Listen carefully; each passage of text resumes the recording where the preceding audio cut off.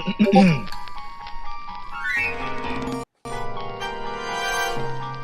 to a world of thrills, a world of drama, of capes and tights, a world where death is all thing dull.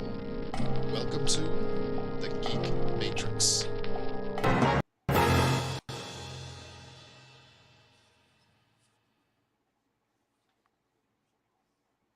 Howdy. Oh shit, we're live? I thought you were gonna We're live. Okay.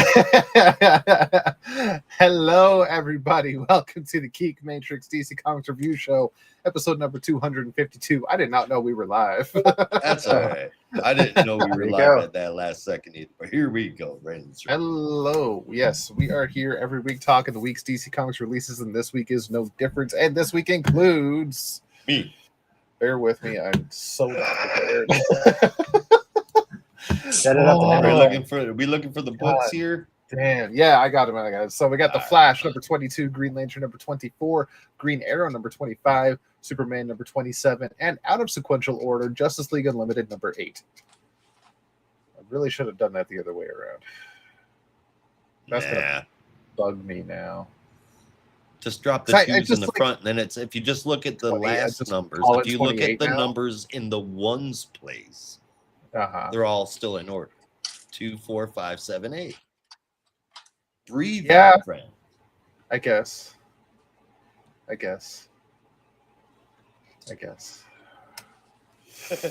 That's not very confident. You're rocking. The OCD's taking over. No, it's not right.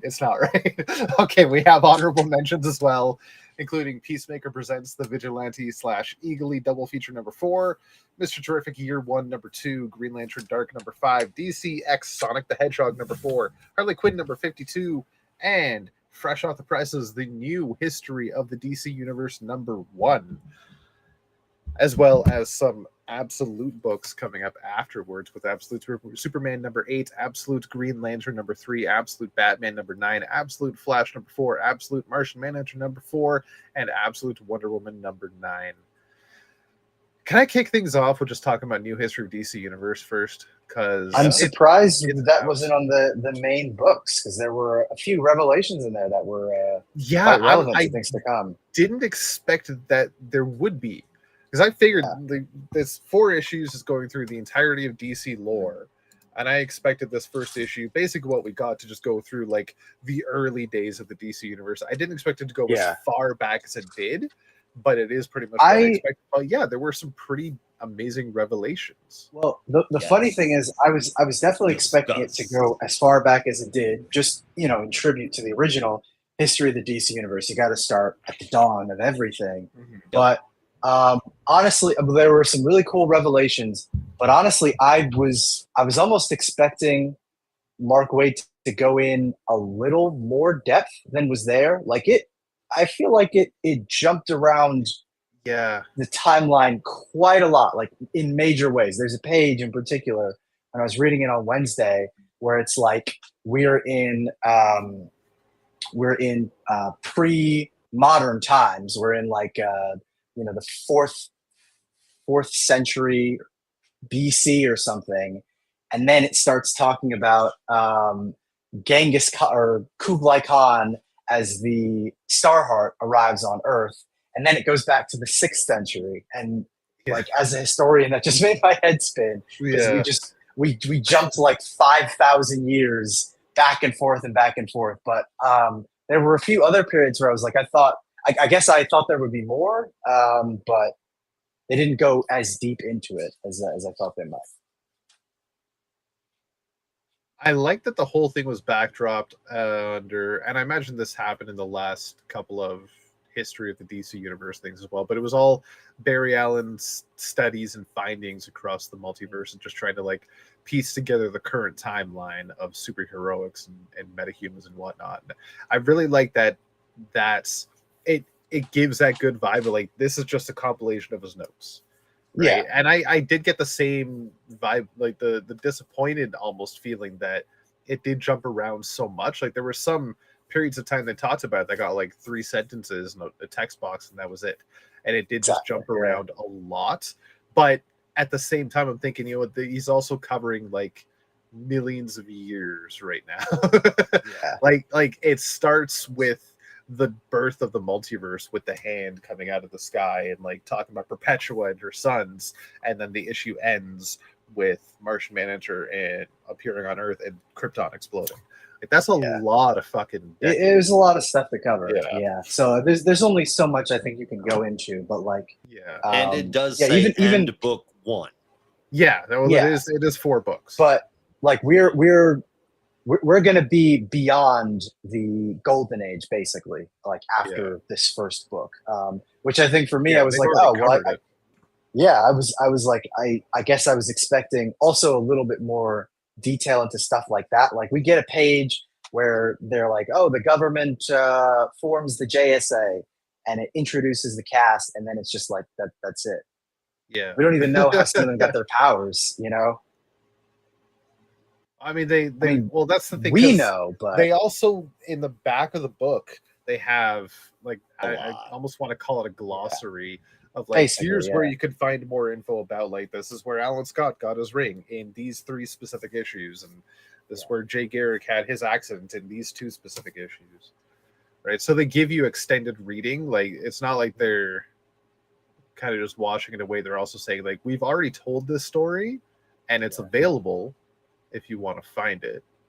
So we're not going to tell you again. And I get it to a certain degree. It's almost like this is DC Comics Wade's notes. It's like Cliff's notes. Pretty much. But they're Wade's notes. Yeah, that's a good way to put it.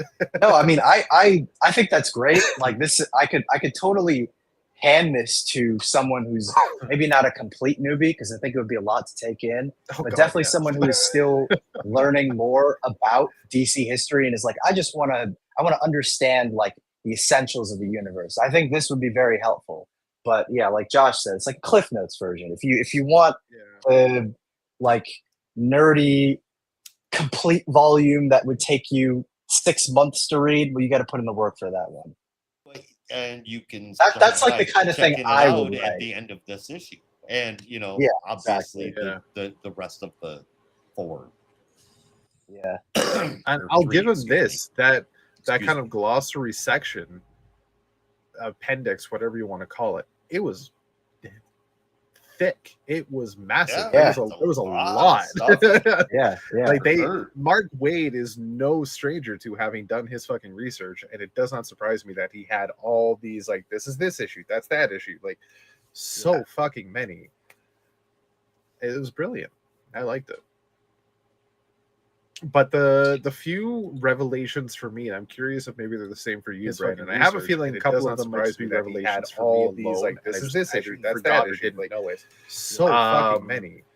Vandal Savage has a kind of a brother.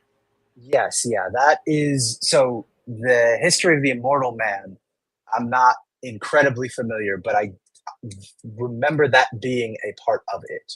Okay, that he was like Vandal Savage's brother, fucking many blood brother or something. Vandal Savage was not from the tribe, that somebody else brother had touched that meteor. That is, I knew other people were there. The history of the Immortal Man, tribesmen, but I thought Vandal Savage was the only one that got anything from that meteor. So that's interesting. No, I honestly didn't even know about the Immortal Man until reading up about the Forgotten Heroes, like that 80s team with Dolphin and Animal Man. Right. But yeah, no, it's been tied to Vandal Savage. I want to say probably since his first appearance in like Strange Adventures or something. But the meteor. Yes, well, him being exposed to that meteor and also being a part of the same tribe that Vandal Savage was. Oh, yeah.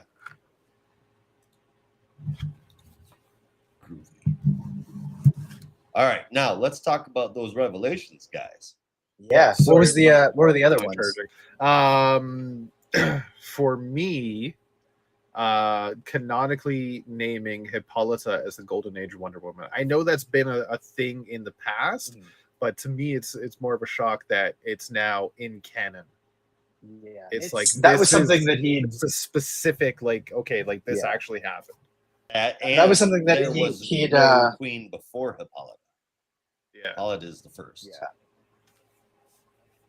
I'm pretty sure that's been the status quo for a while. But Hippolyta being the Golden Age Wonder Woman was something that Wade had mentioned in an interview, and there was a lot of like guff about that one because I think people were. I didn't even realize this because that was like what I knew when I started reading JSA about 5 or 6 years ago. Like you meet Hippolyta at the funeral of Wesley Dodds, so I was like, oh, okay, she's the Golden Age Wonder Woman, cool. But I didn't realize that was kind of a controversial retcon because I think some people, some people find that it takes away from the reveal of Diana as Wonder Woman. I personally disagree with that. I don't think it's any different because, I mean, really Hippolyta is only serving as Wonder Woman in the capacity of the JSA, not really like going out and, fighting crime in Gateway City or anything like that. So when Diana comes, she's more of a hero for the world rather than a wartime hero. But I think people were still kind of iffy about it. The only thing that's kind of controversial for me is, and I guess it could kind of be pulled into an explanation, a logical explanation as well, is that if it's still in canon, the whole thing about Diana even going to the mainland, Hippolyta has issue with is like, you can't go there. It's forbidden. It's too dangerous. You won't make it. You won't fit in, and whatever, et cetera, et cetera. And yet here she was 20, 30, 40 years prior was already doing it. So it's funny when you started saying that, I was agreeing with you because I thought you were going to take it in a different direction. But I actually kind of like it for that reason. Like Hippolyta went to man's world as Wonder Woman and basically only saw war and came back extremely jaded and was like, of course I'm not going to let you go to man's world. All they do is fight and bicker and make violence with each other. And I know because I've seen it, because I went out and fought. That's a good point. The only thing that I would say that might be a little bit problematic with it is that basically if that is the case, if that's how it was reinterpreted and she's just like, I hated man's world, it kind of makes it a slap in the face to all the people in the JSA that she did become friends with. Because basically it's like, well, I mean, I liked working with you guys, but also fuck you guys. Yeah. We know that's not the case because she's like, oh, well, Ted Grant and Jay Garrick are my old friends. So. Yeah. Like workplace associates. Yeah, which I wouldn't say it like that because she definitely views them as friends. But if we were going with the interpretation that she was displeased with man's world, then it would imply that, maybe she wasn't as close to them as they thought. But I don't think that's the case. I would hope not. Yeah. But then again, you don't see her coming together at any of the JSA reunions. Yeah, she wasn't there. Well, I guess she's kind of dead now. So. Oh, yeah, I keep forgetting that. The last revelation for me that I could remember anyway was, and then again, this is probably already known, I just had no fucking clue. Madame Xanadu, Vivienne, and Morgane Le Fay are all sisters. Yeah, no, that's been a thing for forever. Right? Okay. Yep. I think I knew that Xanadu and Morgane Le Fay were connected somehow, but I don't think I knew about Vivienne. I think that was more the shocker for me. Yep. Yeah, I would say the shockers for me, not a ton, but ones that I think other people have recognized was DC acknowledging the existence of Icon as a mainstay of the DC universe. That was cool. Surprising to see because it possibly opens the door for other characters being integrated, and I feel like we may see that in subsequent issues. But I don't know. I don't know how far they're going to take it, but I think that's pretty cool. Then the second one, which honestly, this one for me was like, there's so much story potential here, because they have reestablished the part of the JSA canon where shortly after the HUAC hearings and them kind of falling out of public favor because they refuse to unmask, they go to limbo and stay there for centuries until they reemerge in the modern day. So they're just like off the board. And in their place, another team emerges led by Captain Comet, and I don't have it in front of me. Oh, but damn. What is I think it? the name was called Justice Alliance. Yes. And I looked that up. I was like, I have never heard of this ever. Like, that is not a thing. Captain Comet, Prince Rahman, Automan, Tigerman, and Kongorilla. Yeah, like completely different. And I was like, oh man, there is serious story potential there, because what does the DC universe look like in that weird limbo period where the JSA is off the board, but the modern day heroes have not emerged? Yeah. So I would love to see them do something like it with that. Oh my God, guys, write it. I mean, DC, I'm here. I got the ideas. Yeah. Yep. This would be like an almost Justice Society, like they're just barely keeping the villains at bay, and sometimes they get their asses kicked. That kind of stuff. Like trying to keep the peace while the JSA is away, God knows where. They're doing their best, but as they say in the issue, it kind of falls apart. It's like, we can't fill the hole, but we can slow the leak, kind of thing. Yeah, but it is honestly a bit of a weird team, because if you think about it from like Marvel Comics perspectives, it's like Hawkeye. It's like two unpowered people, if I remember right. I don't know much about Prince Rahman. He's a sorcerer. Okay, he's a sorcerer. Oh, okay. So maybe it's a bit more powerful than I thought. Captain Comet, he's badass. He'd be like Nova. Automan is just like Robot Man. Tiger Man is just like Cheetah, and Gorilla. Yeah, he'd be like Beast. Yep. Okay, maybe that would be a cooler team as well. I was thinking that team was kind of weird. This is almost. Be a very underpowered team, but maybe that is a. It's almost like a hero version of the League of Supervillains. Yeah, I get why they would have it, because it makes more sense.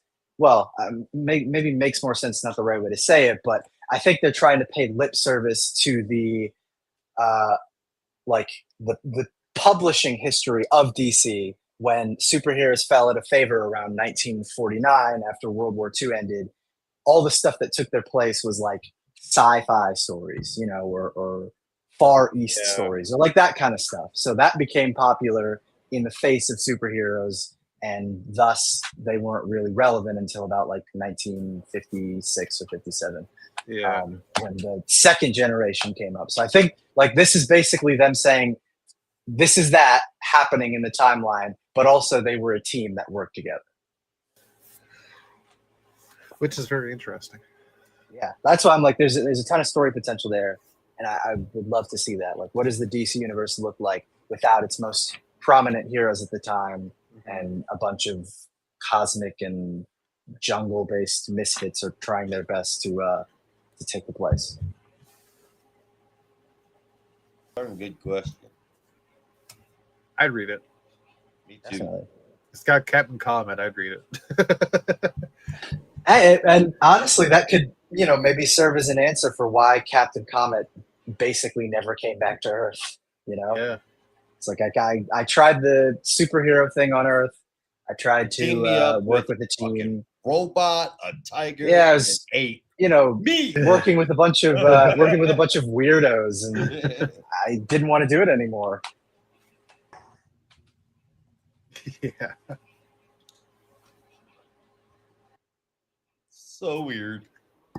That would have been, if this was like 20 years ago, like in the early 2000s, this totally would have been a book that like Jim Starlin would have wrote.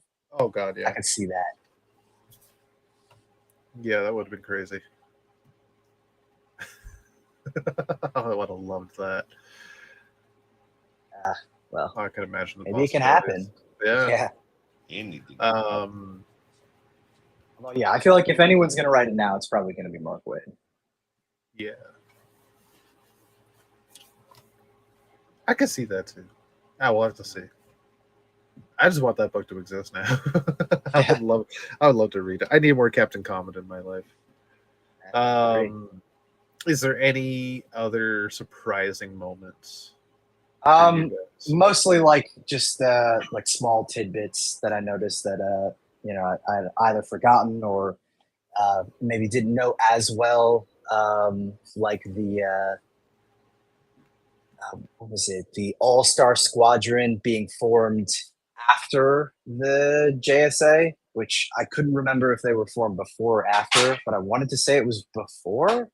And then them like establishing that Amazing Man had worked alongside the JSA, even though I think really it doesn't show up until the start of All-Star Squadron. But it's stuff like that, it's no major revelations or anything. Yeah. One of the surprises that I had was how much I actually enjoyed it, because I was really nervous. I didn't hide that whatsoever, but he's doing a hell of a job. I can't wait to get the next 3 issues. I hope there are more exciting reveals and surprises, because a lot of it is, as do I. It's the stuff that we know because we're huge nerds about this stuff. But there's a part of me that's like, are there any secrets that maybe I didn't know before, or things that maybe we can, add to the canon that might be interesting? That's what I'm looking forward to. Yep.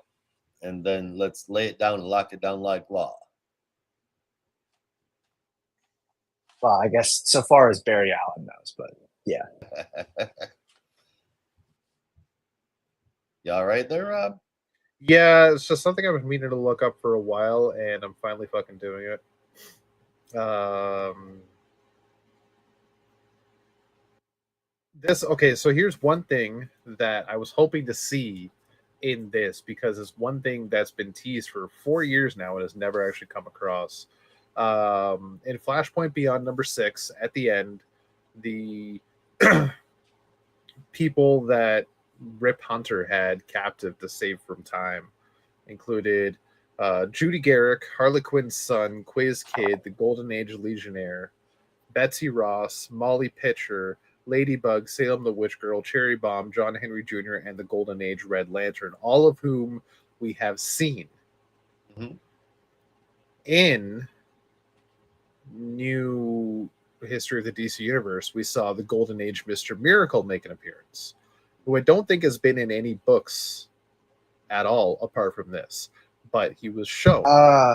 Not Golden quite. Age Mr. Miracle? Well, so that was a sort of I had forgotten this, to be honest, but Thaddeus Brown, the original Mr. Miracle, who you meet in Mr. Miracle #1, 1971, I do not believe was initially made out to be a Golden Age character, but like a year ago or 2 years ago now, when Jeff Johns was doing the Justice Society of America book, there was, I want to say, a flashback to like an old school 40s Justice League Dark, although I don't know if they were calling it that, Justice Society Dark. Yeah. And I'm pretty sure he was a part of that team. I got to go back and check that issue, but I think that's the first time that would have been mentioned. Oh, okay.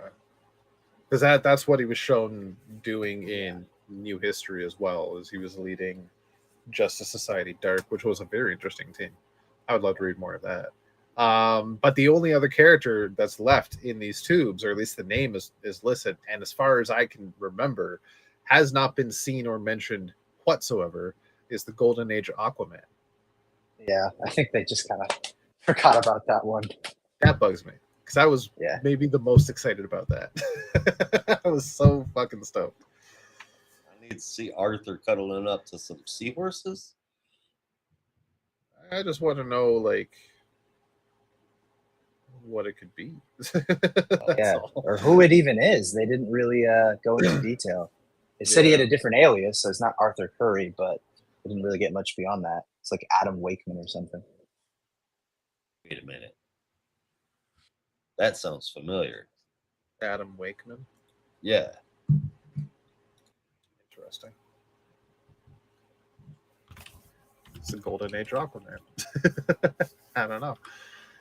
I mean, it's possible that was the name that they used when when they had him in his first origin in like 1941. But as with many comics from that time, there were never many mind. Adam inconsistencies. Wakeman is an English musician that's worked closely many times with Ozzy Osbourne and Black Sabbath, and that is why I know the name. Okay. Okay, so that's probably not the right name, but it's Adam W. something. I'll look into it. It might be Adam Waterman, which would be a laughable last name. Yeah, but also it's the 40s. I wouldn't be surprised. Yeah.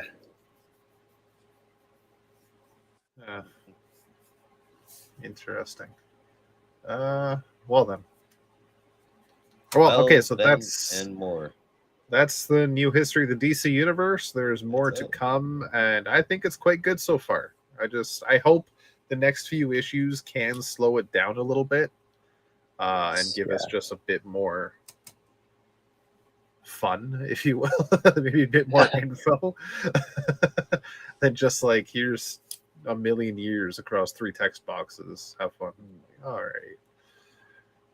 Okay. Yeah, it would be nice to just slow it down, maybe go into a little more detail, not an obsessive amount, and not just like fly through stuff like, oh, okay, here's the Old West and a bunch of names, next page. Yeah. Right.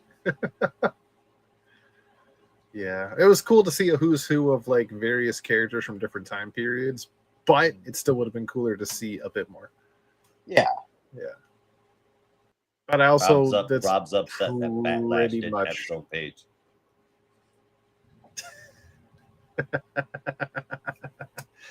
I'm just happy he was there. Yeah. they really went into all the names, which I commend them for that. Yeah. There were some I didn't even recognize. Yeah, some I had never heard of. Powwow Smith and Cinnamon and Rawhide Kid, and like all those were ones I'd heard before, but yeah, there were a couple that I was like, I don't know who the fuck that is. Yeah. I recognize on that Wild West page, maybe half, if not a little more than half of the characters. Yeah. But I'm just excited to learn all the little tidbits that I've never heard of before or didn't know or forgot, and hopefully see some new shit happen. That's like I said, that for me is the stuff that I'm looking forward to, because like if you're newer, this is great because it just gives you all these names and you can go out and check them out, and it's like, wow, a whole new world to discover.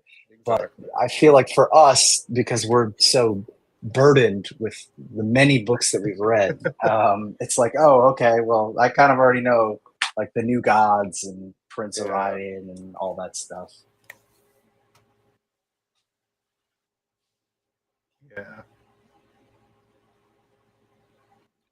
I like that they put emphasis on Highfather's name being Isaiah, but they did not mention Darkseid's name. Yeah. That was interesting. His family's all dead. Does anyone else know that his name is Euxus? Isaiah does.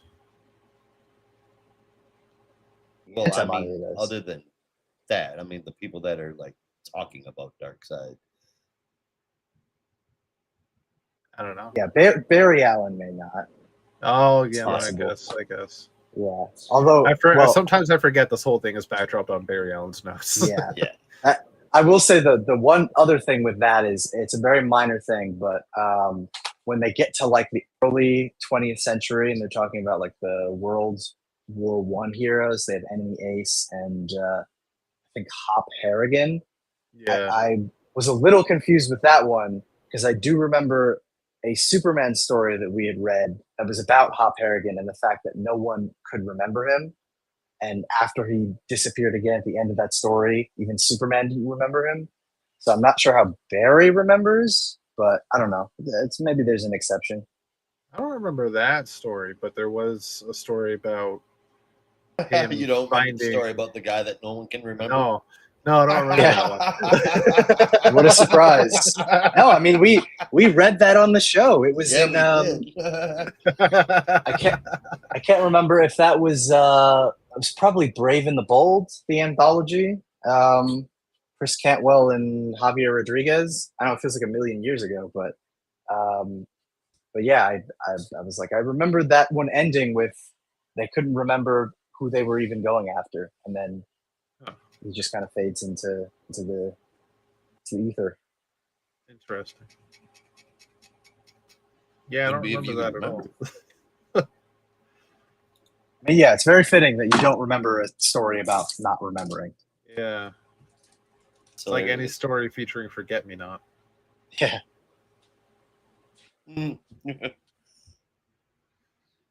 Oh. All right. Well, is there any other news that we should talk about? Oh. Is there ever? Oh, yeah. Oh, yeah. Oh, yeah. Oh, God. Oh, yeah. Okay, let's get into it.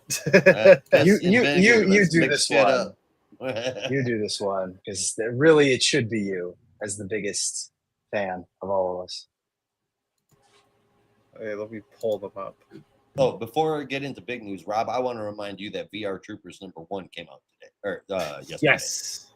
All right. I saw it on the list actually just today. Because I've been focusing on DC books for today's show, and I've just been ignoring everything else. And then I was looking at the list when I finish it, I'm like, oh shit, okay, yep, good. And it's, I mean, it's tied to the rest of the Power Rangers universe. So yeah, it's the current Power Rangers Prime series has VR Troopers in it as like a police force for the new world they're in, where Power Rangers are outlawed. And VR Troopers are like the premier police force. It's a fucking trippy book. It's actually really cool. Yeah, that's cool. Yeah. I would go into more detail, but I don't know how much on Power Rangers lore you guys know. Not a lot. Anywhere near what? Yeah, actually, very little. Yeah, so if I said the word Altarian, you would have no clue what the fuck that is, would you? Not a clue. Absolutely not. That's Zordon was an Altarian. It's his species, basically. The floating head guy. Yeah, well, he wasn't always a floating head. He used to be Power Ranger. Sure, he did. In certain canons, anyway. And in that one movie where he was just a guy in the tube that I think turned into a baby. I don't remember now. He's Bryan Cranston. Be like that. Yeah.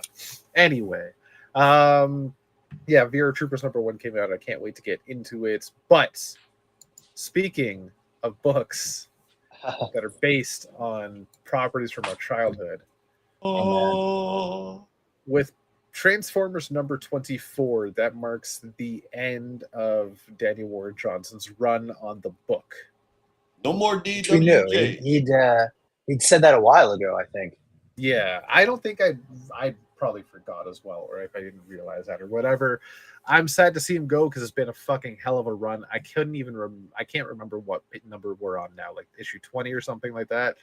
The story's just been going up and up and up. I never would have guessed in a million years, knowing where we're at right now in the story, that he'd be done in like 4 issues because there's so fucking much to cover. But apparently it's going to happen because in October, coming in issue 25, new creative team takes over. Jorge Corona is off the book as well. Robert Kirkman is taking on the writing duties, and it will be drawn by Dan freaking Mora. Boom! And we already have preview pages, which is awesome. We have so many preview pages, which I will sexiest goddamn Autobots you ever did see. There are some mild spoilers for a couple of characters based on where they are in the current stories. If you don't want to hear them, skip ahead 10 seconds. Optimus Prime gets his arm back, and Ultra Magnus comes back to full power. Pretty crazy. Yeah, so those two are back in full force. Yeah. Excellent. I can't wait. I can't fucking wait. Because where the hell is Robert Kirkman going to take this book? That's a great question. Yeah, I don't know. But also, I'm like, how much time does Robert Kirkman have? Because he's writing this, Void Rivals, and just about to launch a new Conan-inspired book, After My Very Heart, oh my god, I keep forgetting the name. I gotta look it up, but it's with David Finch, and it is. I expect it to be very good. I think it's called Skinwalker. That's the name of it. So that's 3 books in addition to doing all of the Invincible stuff. It's quite a lot. It's quite a lot. Yeah, that is quite a lot. I'm sure you'll probably find the time. Transformers, I imagine so. But, yeah, it also, I think that's what you're saying, Josh. It also depends if he's going to continue writing Void Rivals. I can't imagine anyone else taking over it because it's very much his baby. But I don't know. Oh, Kirkman's been writing it since issue 1? Yeah. Oh, I did not know that. He's kind of built that entire world. Yeah. And he's tied it into Transformers and G.I. Joe lore as well. So I think it's kind of fitting that he does end up taking on Transformers because he basically got this whole ball rolling.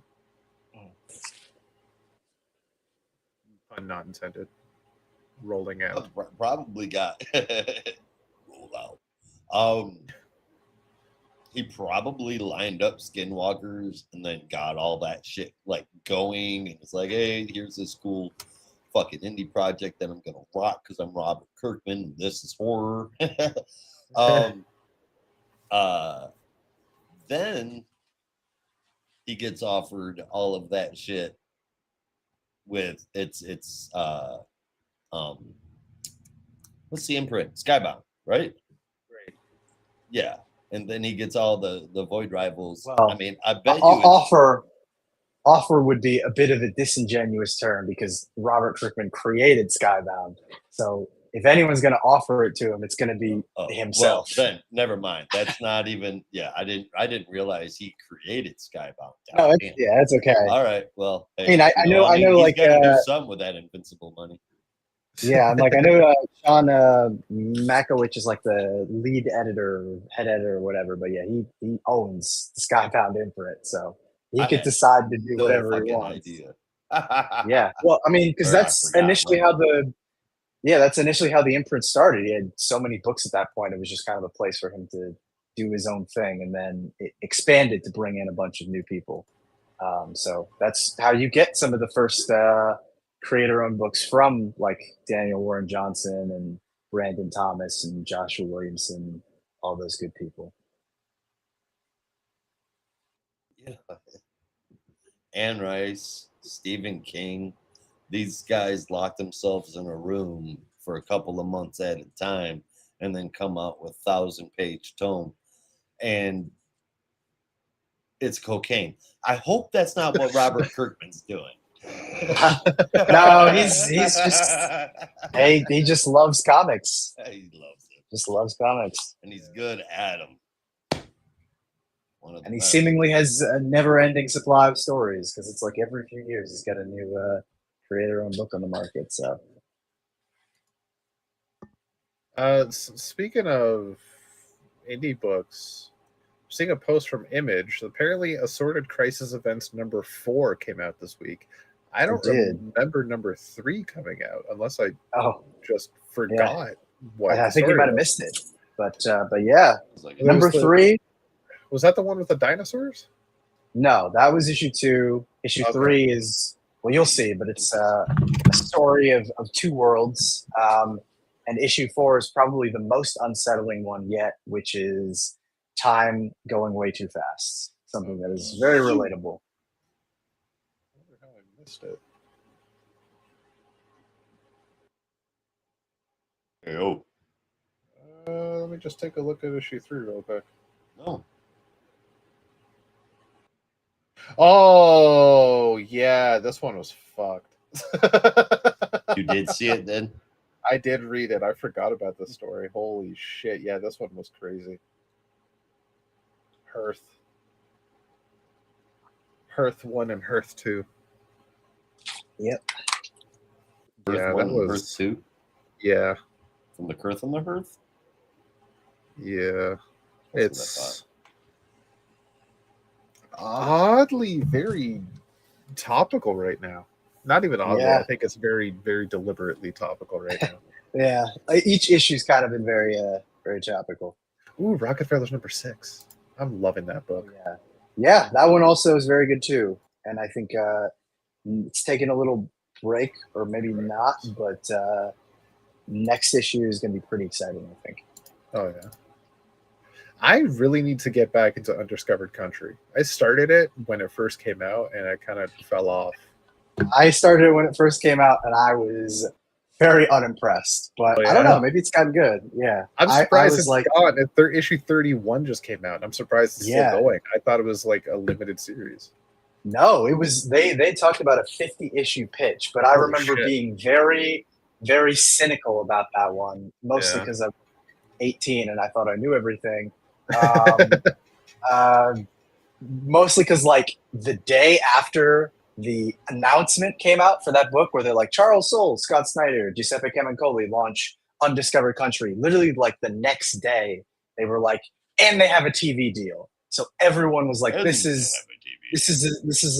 like a total cop. You guys are only writing this book to get a media adaptation. Right. So there was a lot of like, it was an okay book, but ultimately I walked away from it. I was like, really? Like, this is the best we can do? So it was perhaps a very cynical way of looking at it, but maybe that's one I can revisit, because they've been doing it for a while now. Yeah, I remember thinking the premise was very interesting. Yes. Yeah. The whole like they banned in the United States. It's basically like a whole different world now. When I saw the cover of the first issue, I thought it was going to be a thing like an alternate world where the United States was never actually discovered by the Europeans. Yeah. And kind of just left to its own devices. But then it talks about like some nuclear fallout or some shit. Like, oh, okay. Got my curiosity piqued. Couple other things. Tom King is making a return to Batman in 2026. Did you hear that? With a 40-page standalone story.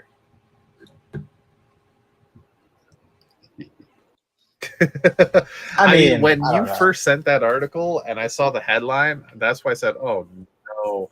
I thought it was like Batman ongoing. Like, they just got a new creative team with #1 coming out in September. They're already giving it back to Tom King. What the fuck? Then I read standalone 40-page story. I'm like, all right. Yeah. He does mention the artist joining him is the best in comics, but he has not revealed their identity yet. And if it's not Dan Mora, then that's just a blatant lie. Yeah, I think Dan Mora would kind of be wasted. Call that my own fucking opinion, but I see that all over the place. People raving about Dan Mora, and I don't blame them. If he's not the best artist an amazing right now, I don't know who is. He is. Ooh. Well, it's not Dan Mora. We know that. So who could it be? It's usually a very particular type of artist, because Tom King is a very particular type of story, with some exceptions, but you usually want someone who can like capture that highly detailed with fine lines. Yeah. Well, I don't know if that's really true, but they're not all the same necessarily, but they can all capture that same kind of atmosphere. So someone like Mitch Gerrits or Greg Smallwood or who else has he worked with? Jorge Fornes. They're all able to kind of capture the energy that I think Tom brings to each project. But maybe that's a simplistic way of putting it, because he did also work with Bilquis Evely on Supergirl, and that didn't really look like anything he'd done before. I don't know. I guess it could be Dan Mora, maybe. But I feel like that wouldn't be the best. Brand name writers with exceptional talent. That's how Bendis got paired with everybody, with the exception of Jar Jar. That's why Tom King gets the creme de la creme. It's why Joshua Williamson gets the creme de la creme. The best comic artist currently in comics. I mean, fuck. Who could that be? Jamal Campbell? Well, it's all very subjective, but I don't know. I mean, like, I would. Who okay. Like, the best is I'm seeing a entirely up to comment you. here. Huh?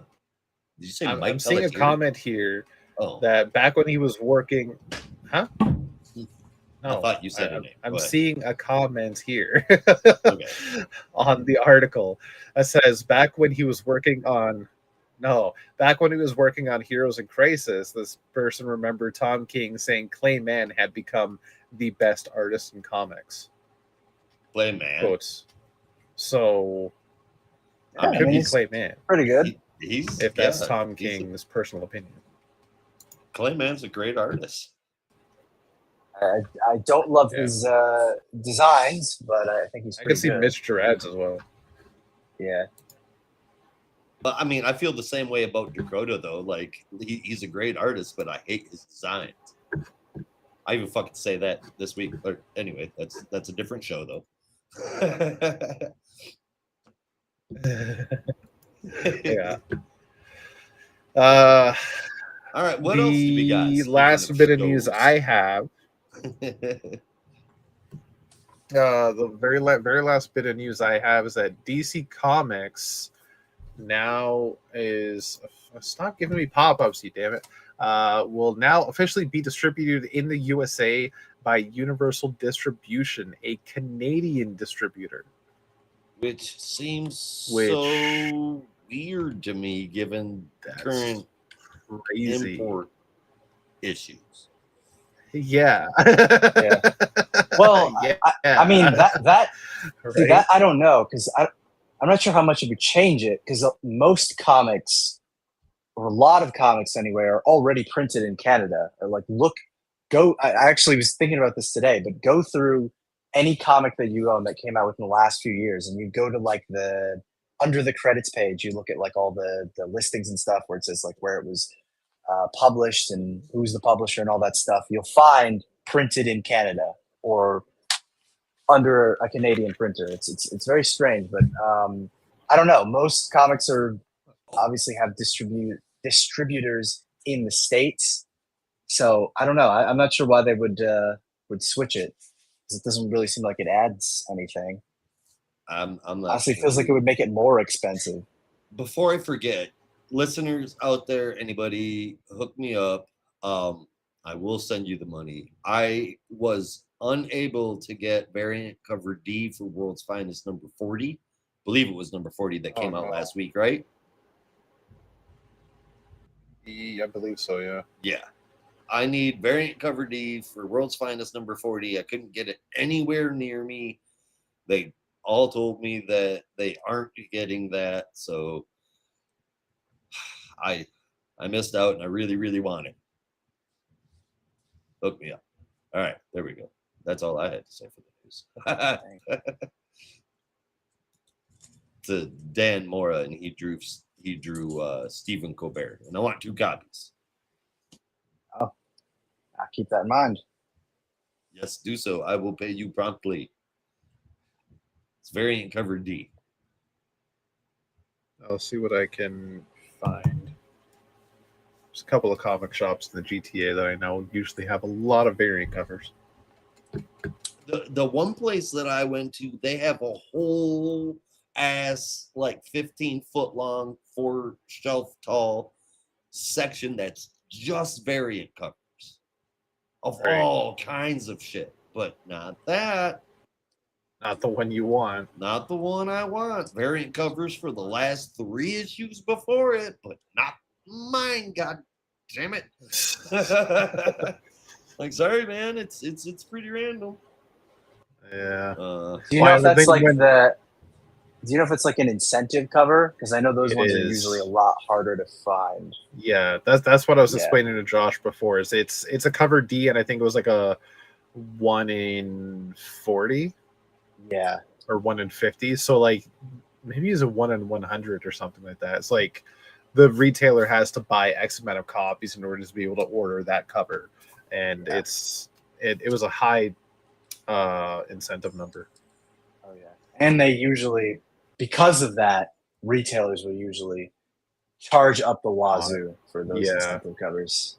You're usually looking at like $7 to $10 for just I remember seeing the one that for sometimes even more. Like I remember seeing the Paul McCartney one for World's Finest. It was like $20. Holy shit! My plan is I want one. I want one so I can put it on my wall here next to my Is Potato shirt. But then I also want to get it signed by. I would like to get that signed by Dan Mora and Stephen Colbert. If I'm not mistaken, Mark Waid don't do conventions anymore. Is that right? Mark Waid? Yeah. Oh, Mark Waid does conventions. Yeah. Oh man, signings he's going to be at a Terrificon this summer, I think. All right. Well then, I for some reason he hasn't come to. No. I mean, he's been very active since coming back to DC, but yeah, hasn't come to New York yet. I would like Wade, Mora, and Stephen Colbert signatures on one of those covers. Well, Dan Mora is very doable. He's at New York Comic Con every year, and his lines are always not that large. But Stephen Colbert, that one might be impossible. I don't even know how that would happen. I have to like accost him in the middle of the street or something. Yeah, it would take a lot of planning, a lot of casing, a lot of stakeout. Right now, like there's maybe a week or two of just tracking his movements. That's more effort than I'm going to put in. Track on Stephen Colbert right now. That man is probably stressed out a lot. Oh god, yeah, especially right now. Him and Jimmy Kimmel. Yeah. And Jon Stewart, probably very stressed out. I think Jon Stewart's more just pissed off. Oh, Jon Stewart's always stressed out. That's why he won't run for president. Yeah. He's losing hair too fast as it is. Exactly.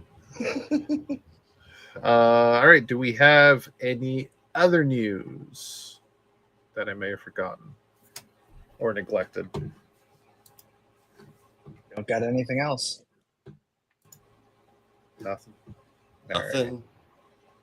The Bear is out today. If I reach out to the Tonight Show and see if they have copies, they'll sell me. Why didn't I think of that? It's worth a shot. You never know. The Bear's back on TV. Yes, it Straight is. Out of Chicago town. The Bear. Ironheart premiered this week. I have watched none of this. I haven't seen Ironheart yet either, but I will be watching. Well, I'll be starting to watch it this weekend. I will hopefully start it this weekend. I had to finish G-Quux, Mobile Suit Gundam G-Quux. Bless you. Is that finished on Tuesday to a, I think, rather underwhelming finish. But that's just my opinion. So yeah, I'm hoping to start both the Bear and Ironheart. Hopefully, even tomorrow, maybe.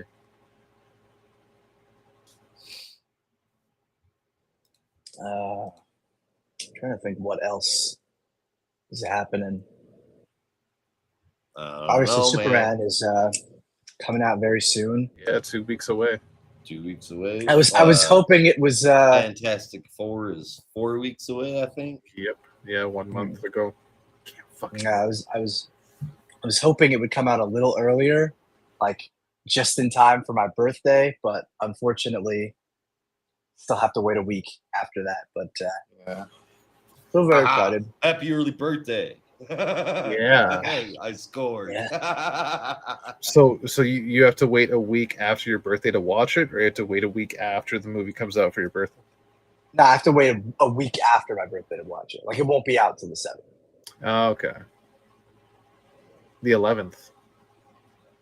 Oh, is it the 11th? The 11th, yeah. I thought it was the 7th.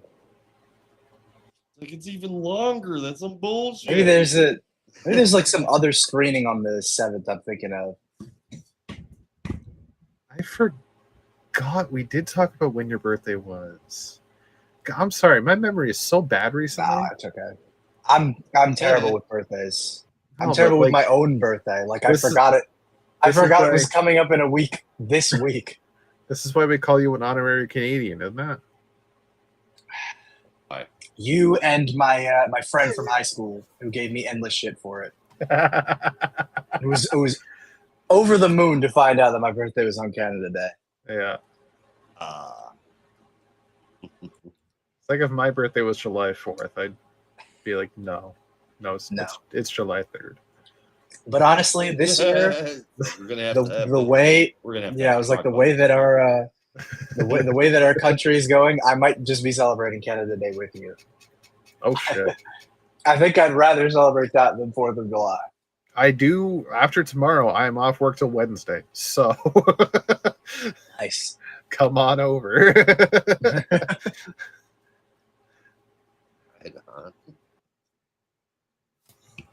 I have the awful, and we need to watch Party this shit, but I have the awful OG Justice League of America movie. Yeah, I still don't I know you said live action one, I think, right? Yeah, the TV movie from the 90s. Yeah. I know you said you got it because you're a collector and cataloger, but dear God, I still need to ask why. That's why. Oh my God. I think that one could have been omitted. Did Ash stop and go, well, maybe not all horrible. Okay, let's not even get into that because he sucked at his job. Okay, he was really bad at it. I want to be a Pokemon master. I want to catch them all. Bitch caught like 30 Pokemon across like 9 regions. Failed every championship he was at until his 10th fucking challenge. And then decided, I finally won a league. I'm the Pokemon master. Bitch, go back to the other places you visited, beat their leagues, and then call yourself a Pokemon master. Don't just like, well, I won. Peace out. See it. Nah. We need a redux on this shit. Fucking great. Okay, Ash. Time for New Game Plus. There you go. That is. We need to Pokemon Silver and Gold this bitch. You finished the Johto League. Now it's time to go to Kanto.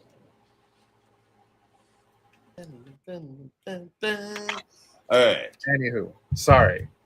That's a point of contention. Necessary. Somebody brings up Ash doing things successfully, and I need to fucking tell people they're wrong. He did nothing successfully. The Pokemon, you're supposed to catch them all.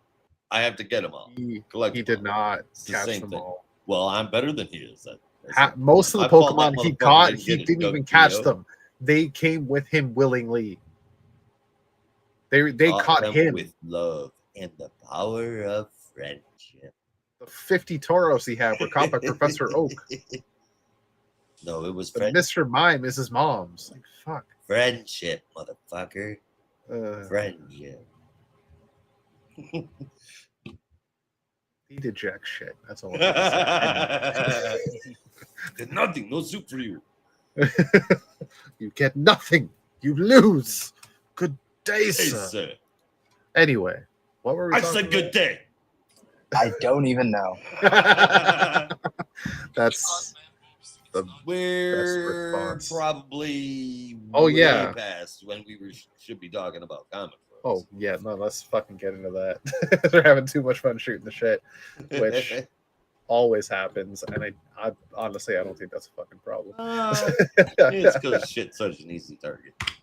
Yeah, but it really is. All right, yeah, we're gonna speed on over to our main books of the week, right? Yes, sir. Zip.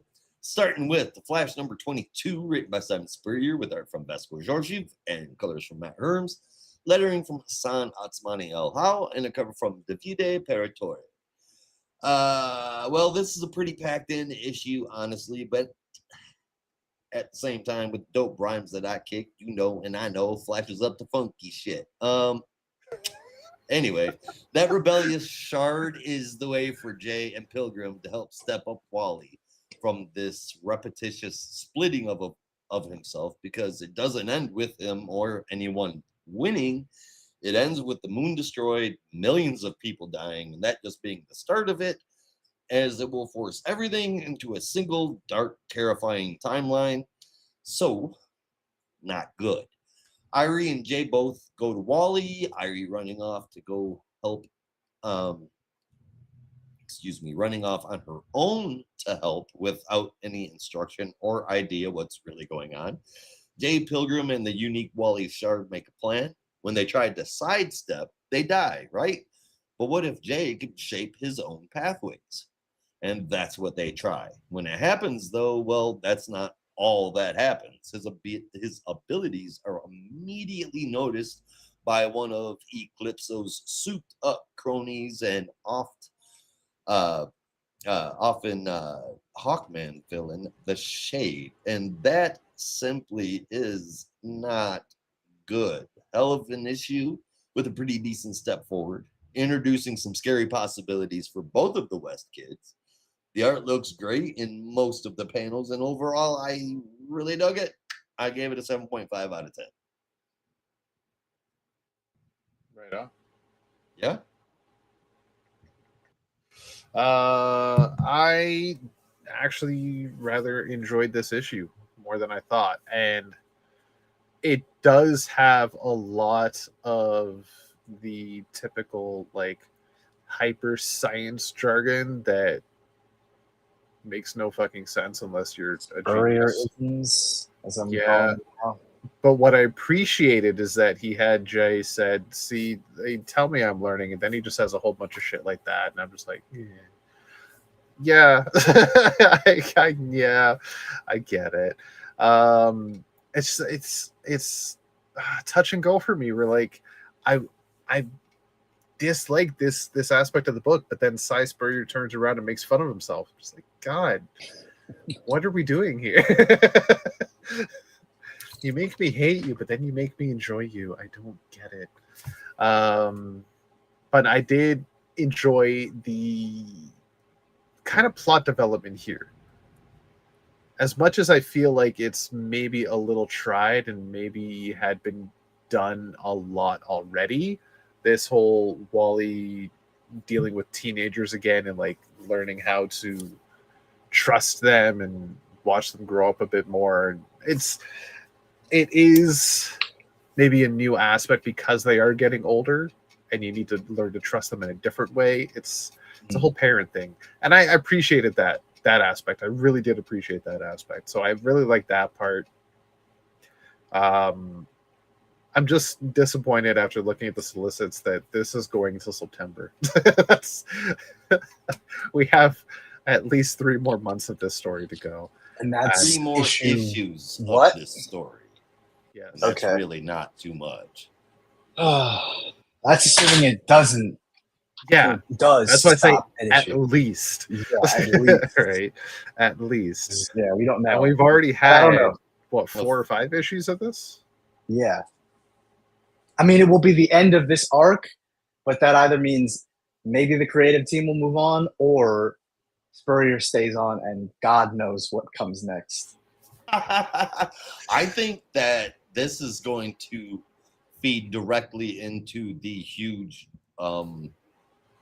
dark side shit. I think that this is gonna smack right into it.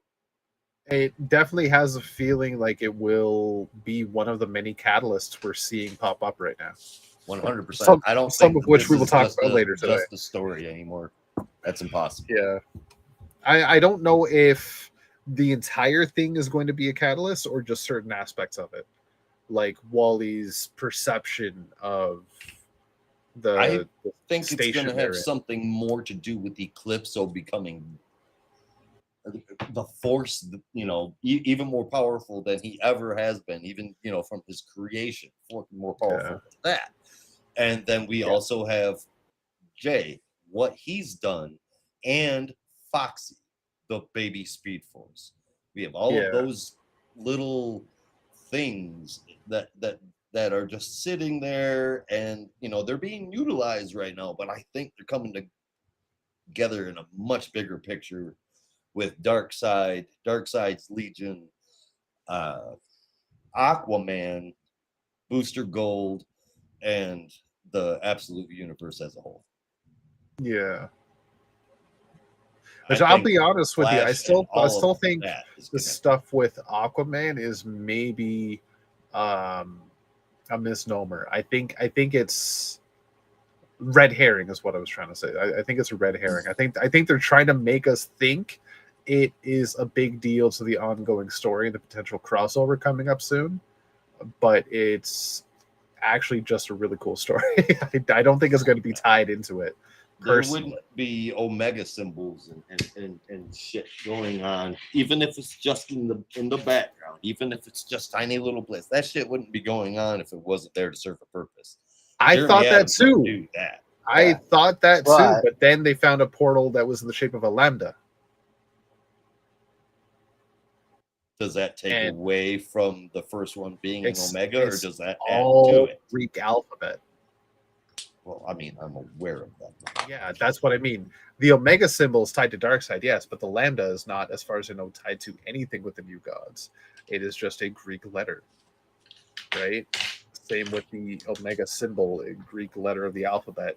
I think those are connected. I think it being an Omega symbol is going to end up being a coincidence, and that the whole thing is just tied to the Greek alpha symbols. Jeremy Adams is listening to this and he's shaking his head. He's so sad with you right now. I can't believe it. I think it's potentially a red herring because the portal went to look how long he carried area that fucking that had nothing to do with Darkseid. That's how long he carried that pearl that got him to here. That shit was planted back, 3 years ago? 4 years ago? That was Flashpoint Beyond, wasn't it? Yeah. Yeah, that was 4 years ago. Yeah. So I mean, this my man, he's putting some stuff out there. I don't think anything in the Jeremy Adams book is accident or coincidence. Fair enough. Period. You do have a point. We will have to see. It's still a dope ass story. I'm loving it. Regardless, it's dope ass. I just think it's all connected, and I definitely think that the Flash is heavily connected too, and that's why I think that we're not going to see that go anywhere anytime soon. I think it's actually going to be something. I think that this is yes, we've got Flash getting more powers, we've got Jay getting more powers, we've got Irie capable of using her emotions to manipulate the Speed Force now, and I think all of that, all of the Flash family is going to be affected in a major way somehow with the wrap up of all of this shit coming together. And it's going to end with Barry getting his powers back. Potentially with Barry getting his powers back, but does that mean that it's because Wally is going to change completely into a new hero? I really hope not. These are scary ideas to talk about right now. It's excellent hands that they are in, but very scary things because Joshua Williamson is tied there too. Here's another scary thought, and this will be scary for you as a father. I'm thinking, based off this whole thing, is that what were they calling him? The Splitter? Wally Prime, if you will, wearing the full black costume. He will perish, and the rogue Splinter is the one that's going to be the Wally going forward. That's possible. It very well could be possible, but another possibility is that they're referring to him not as Wally Prime, but as the Splitter, because the original Wally already died. I thought he was the original Wally. I think that's. I'm saying that it's a possibility. Oh, okay. Because nobody is directly saying that. Yeah. He's just being acknowledged as where everybody else comes from. Yeah. You know what I mean? So I don't know if like he was a Splitter, if that was somebody that was designed to do it, because they also mentioned in this issue that I thought we couldn't do more than one do more than one Splitter at a time. That was in this book. So if that's Wally, that's a heavy reference to calling him the Splitter as it is. I think that there's a chance that, like, Wally could maybe the original Wally could actually already be dead. I'm hoping that's not the case. I just want that to be clear. If that turns out to be the case, I'm gonna take my headphones off when Rob and Brandon go at it about it, because I have a feeling that's going to be a very, very loud episode. But that's where I think the Flash is headed, and I gabbled and talked like for a million years there. 7.5 out of 10. Right on. I'm going to give it a 7.25 out of 10. Mine is not that much different. I gave it a 7 out of 10. Not too much else to add. Like at this point, I'm just riding the wave until this arc ends. But the one thing I'll say is I appreciate that Spurrier seems to have an affinity for Jai, even if I don't really love all the stuff that he's doing with Jai. At least he's trying to keep some interesting stuff in the mix. I'm trying to say nice things about this book. Yeah. I'm sure he appreciates that.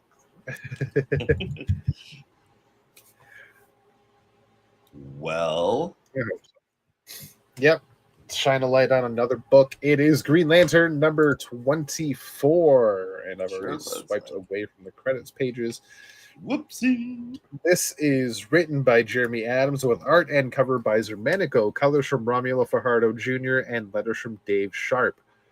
We pick up with our intrepid couple, Carol Ferris and Hal Jordan, in Coast City, taking down some would-be bank robbers. Carol is getting really good with her constructs, and Hal is praising her for it. They take these criminals, all four of them. They take these criminals to what is now the Sunnyside Prison Camp, 40 miles east of Coast City. Used to be the local Coast City prison. It is now a very happy-go-lucky facility. Everybody there, all the prisoners, the guards, and the warden are just very happy people. And the warden even invites Green Lantern and Star Sapphire inside to try their amazing cafeteria and full salad bar. Inside, even though, excuse me, the robbers they brought in, are not prisoners, instantly became very happy people as well. Carol and Hal are unaffected by this happiness, so they go to investigate. They head to some sub-basement, and they find a doctor with an axolotl, which is glowing and waving at them and smiling. And this axolotl's name is Happy. Interesting. It is pinkish purple, and like I said, it's fucking glowing.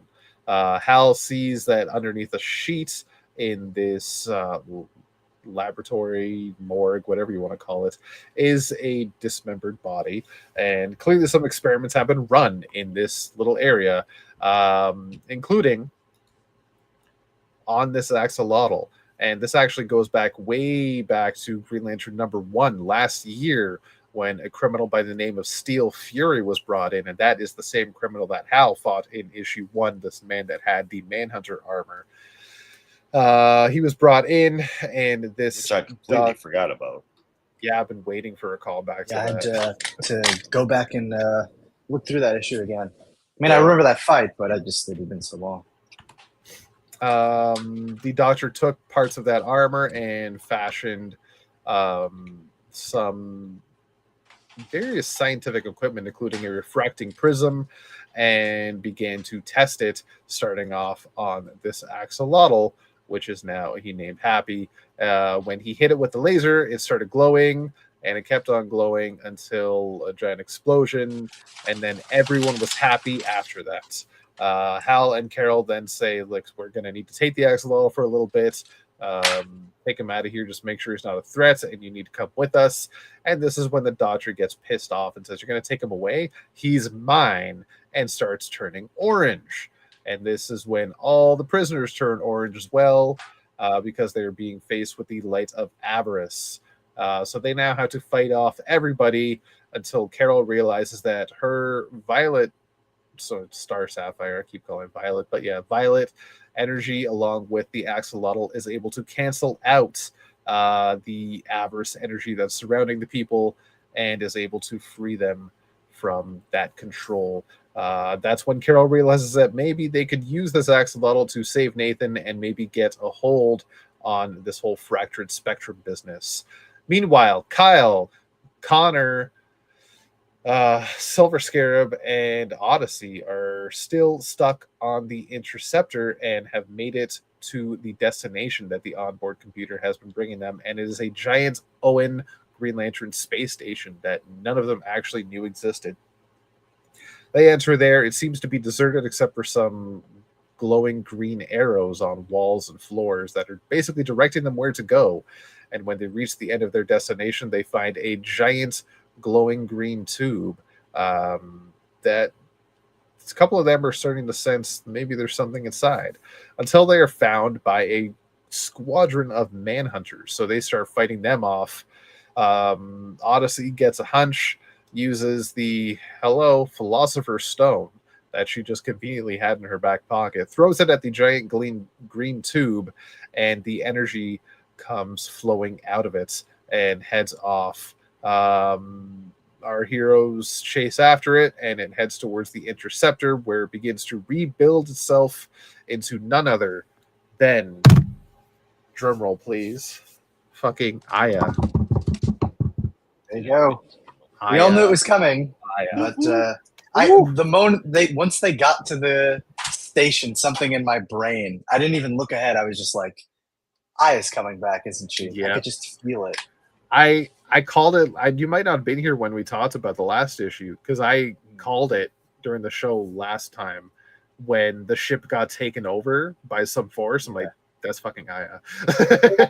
It's got to be Aya. So yeah, she's here. She's back. Yeah. She looks fantastic. And the one thing I'm most stoked to see is her and Razor interacting. Yeah, now that Razor's a Green Lantern. Yeah. I would say at last, but the way that the series left it, he was going off to be a Blue Lantern. So now it's like, what happened there?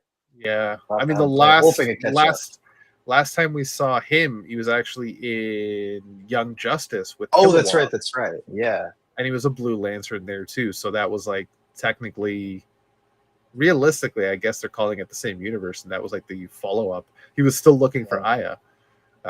Which is slightly confusing because I think the way they're going to play it is the stuff that you saw in, because there have been a few people talking about, well, how are they going to add all of the stories of Green Lantern TAS into the mainstream DC continuity, because it doesn't fit very neatly. But I think what they're going to do is basically some things happened from TAS in the mainstream DC universe, but maybe not in the exact same way. But the basic stuff like Razor and Hal working together and all that stuff, that happened at some point, and they'll just establish it like that. Yeah. Yeah, it's been on my mind as well, but I think if anybody could do it, it's Jeremy Adams. Yeah, I'm sure there's a very clean way to do it. But yeah.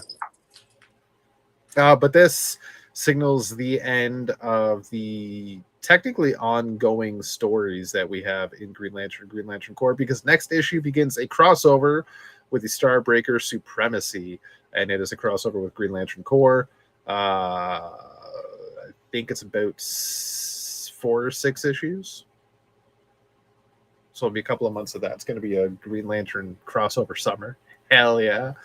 Let me start this off with a couple of parallels here with Jeff Johns' run. Green Lantern number 25 from his 2005 series, Volume 4, Sinestro Corps War, was Sinestro Corps War. Green Lantern 25 of Jeremy Adams' run, Starbreaker Corps. I know, Josh, you said there's no coincidences in Jeremy Adams' writing, so I can't help but wonder. I don't think so anyway. Building to something, right? Well, is he kind of mirroring Jeff Johns' pacing. To be fair, I feel like I was expecting Josh to do the "to be fair" quote or whatever every time. Even when I say that in my regular life, I hear that in the back of my head and it drives me crazy. But anyway, like it's so ingrained. It's so because you do it all the time. So I try not to say it. But anyway, I feel like I'd mentioned that like Jeremy Adams doing Flash and then moving over to Green Lantern and then launching a Aquaman series was very telling. So I don't know. I feel like he's been teasing this for a little while. Yeah. I mean, hell, he really, and he's worked very closely with Jeff Johns. Yes, yeah. So it makes sense. And obviously he's a fan, of his stuff. Who isn't? Exactly. I want to say it was when he was interviewing with us. And not another interview I heard from another podcast with him that when he was offered Green Lantern by DC, he went to Jeff Johns and asked, like, should I do it? Jeff Johns was like, yes, just of course, yes, a million times, yes. Yeah. Right. So it might not be necessarily like, I see where you're coming from, but maybe not to the same degree. Maybe it was at that point he was realizing maybe he's got something here, and maybe he could look at his comic book mentor and try and like emulate a couple of things he's done. I wasn't trying to say like, oh, I'm trying to like replace him or anything. I think it's more like at that point, Jeff Johns was sort of moving away from DC as the Ghost Machine stuff was starting to kick off and finishing up JSA. And so I think he could kind of, I don't know, step in and basically fill the void that Jeff was starting to leave, Yeah. Yeah. Like what you enjoyed about those books when Johns was working on it, like I can kind of bring that same energy back. That's sort of what I mean. No, fair enough. I see what you mean there. So Aquaman, these are all characters that he's written. Aquaman, the Flash. Help me out here. Green Lantern. Has he done Green Arrow? Jeremy Adams? Yeah. Has he done any Green Arrow stories? No. As far as I know, I think those three books, Flash, Green Lantern, and Aquaman, are the only ones he's had ongoing runs with, and then he's had like a couple of co-writing duties. And the Jay Garrick miniseries. Yeah, I guess you could just lump that in with Flash too, but yeah. And he was a co-writer listed with Tim Sheridan and Jeff Johns on Flashpoint Beyond. Right, but I imagine that was to help build up other story arcs that they were building. Yeah. Him and Tim Sheridan. I don't know why I did that. But, so the Flash, Green Lantern, and Aquaman. There's 4 more left out of the 7. Which one, if you had your choice, would you have him write next? Probably Teen Titans. I know that would be.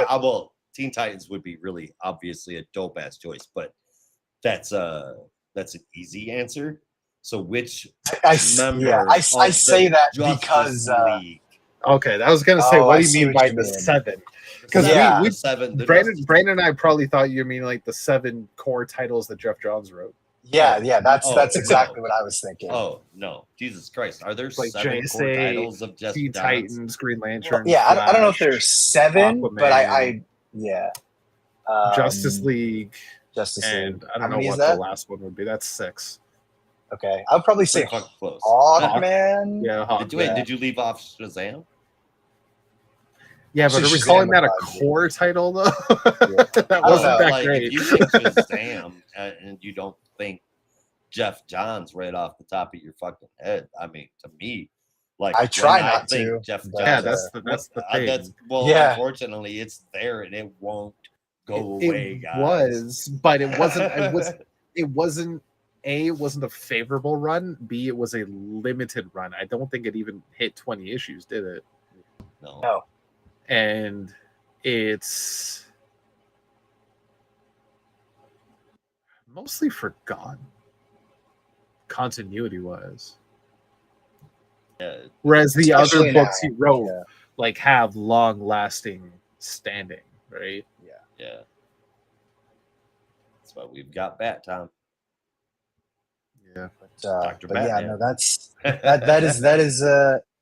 what I thought you were talking about. In which case, my answer would be Teen Titans. Teen Titans, that would be dope. But okay, but if you're also talking members of the Justice League, you got Flash, you got Aquaman, you got Green Lantern. So out of the 4, which one would you pick? Which would be Batman, Superman, Wonder Woman, and Martian Manhunter? That's what I would pick. Okay. Yeah. Martian Manhunter. Yeah, I'm going to go with John. Or, I mean, it's a very obvious pick, but I'd pick Superman too. I'd be interested to see what his Superman book would be like. Not that he hasn't written Superman before, but like, I don't know. What kind of story would you tell? You know? I honestly, I think I'd be down to see him write any of those characters. Batman might be on the lowest of the list, though. That's the one I'm most curious about, because it's like, this is not your kind of book. What the fuck would you do with it? And that's the same reason why it would be lower on the list for me, because it's not his kind of book. Yeah. Well, funnily enough, if we're gonna reference Jeff Johns again, that was usually the character that, in my opinion, he was the worst at writing. Which is not to say that Jeremy Adams may have the same problem, but I don't know. I think I'm with Rob on this one. That'd be the one I'm least interested to see, because I don't know. Everyone writes Batman. Yeah, that's exactly it. He's going to do it Batman, eventually. Not everybody does them great. Yeah, he's going to do it eventually, because, like Brandon said, everybody writes Batman at some point. But we're a far cry away from very good Wonder Woman stories, and we are in dire need. Yeah, and I think Jeremy Adams could pull off some good ones, because he's clearly a guy that does his research. He knows how to build good backstory. He knows how to craft a tale. Can totally handle many, many, many characters without flaw. Exactly. Oh, so yes. I think Wonder Woman could be a shoo-in, but I'm also dying for a Martian Manhunter book, so that's why he's top of my list. It's been too long, and I love.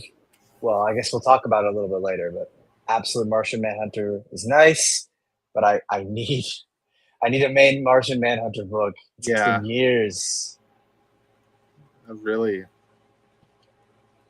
Can't just keep rereading the same run from 1998.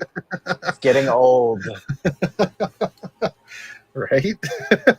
It's very good, but I need something new. Have they ever done a collected edition of that run? They tried to. They put out 2 volumes that went up to like issue 18, and then because it didn't sell, for fuck's sake, people, they just canceled it, which sucks, because that's the second time that's happened to a John Ostrander book. They did the same thing with the Spectre, and I don't know what the deal is. I'm glad they're finally putting out an omnibus for that, but I'm like, fuck, just put together an omnibus or a compendium for that Martian Manhunter run. Like, it's only 36 issues. It wouldn't be that much. You were halfway there. Yeah. Anyhow. Fucking do it. Limited run. Green Lantern. Back to what happened in this issue. So Aya's back. What did happen? Hell yeah.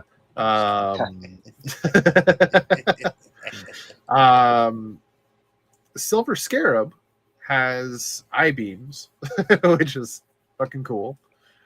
I am also dying to get an explanation on what the fuck's going on with this character. Yeah. Why is Dan Garrett alive? Can someone please explain? And why was he in the source wall? Yeah. And also, what is the Silver Scarab? And why does he know how to use it? Because he's been in the source wall. That's where they keep the owner's manual. I would like a proper explanation. Yeah. And the Reach were trying to kill him for some reason. Yeah. Because he had the owner's manual.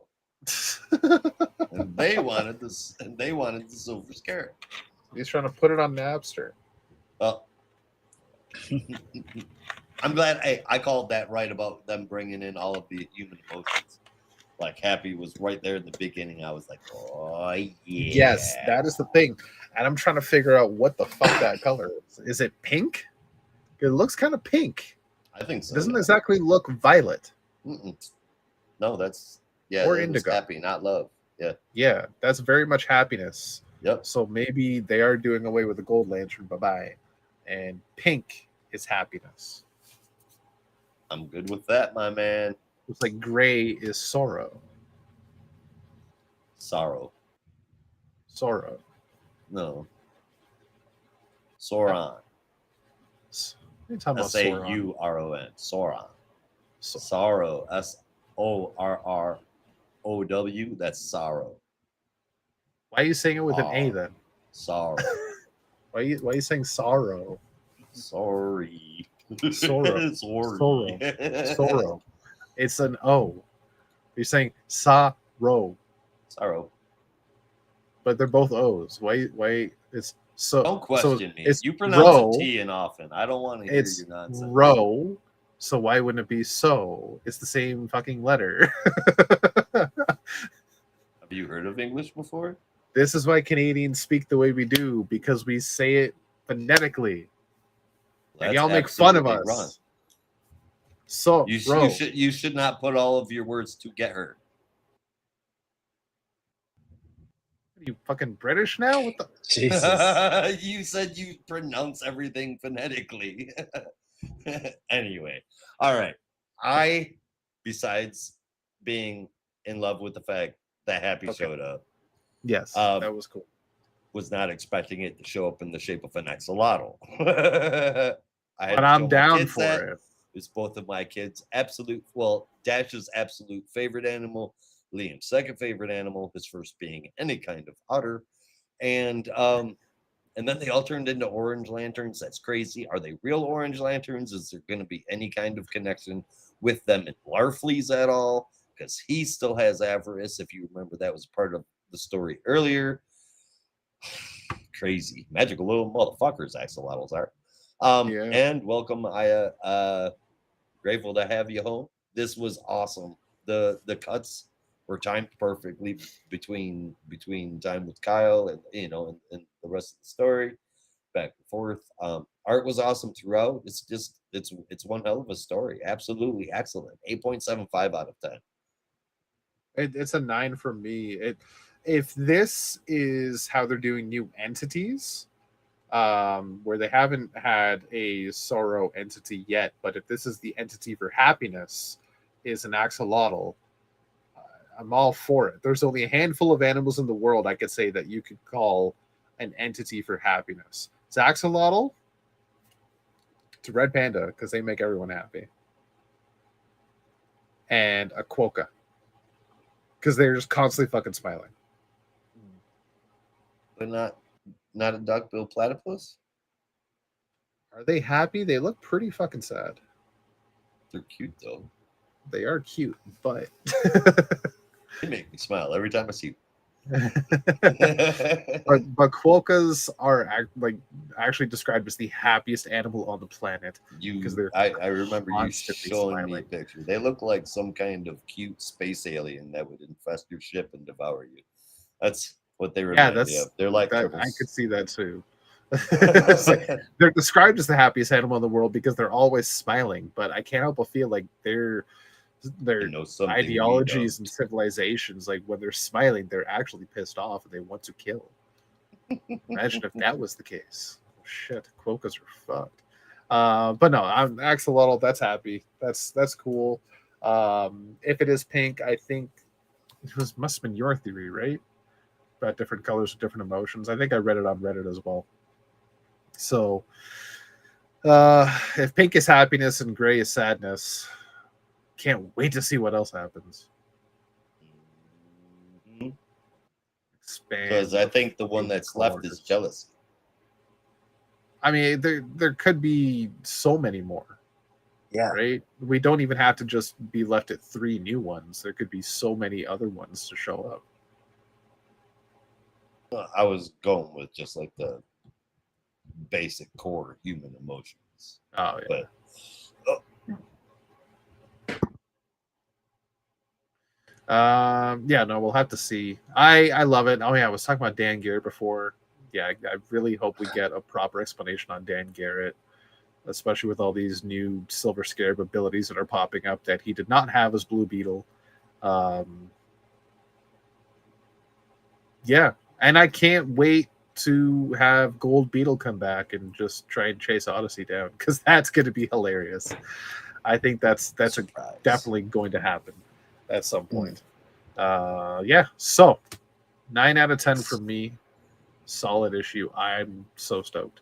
Anger, disgust, fear, happiness, sadness, and surprise. And surprise is the only one we haven't had yet. We haven't really had. Oh no, we have had disgust, but we haven't had a color attached to it yet, unless they're calling it marigold. Whatever color that thing that he had was. It was yellow. Yellow. Maybe it's marigold. Maybe it's canary.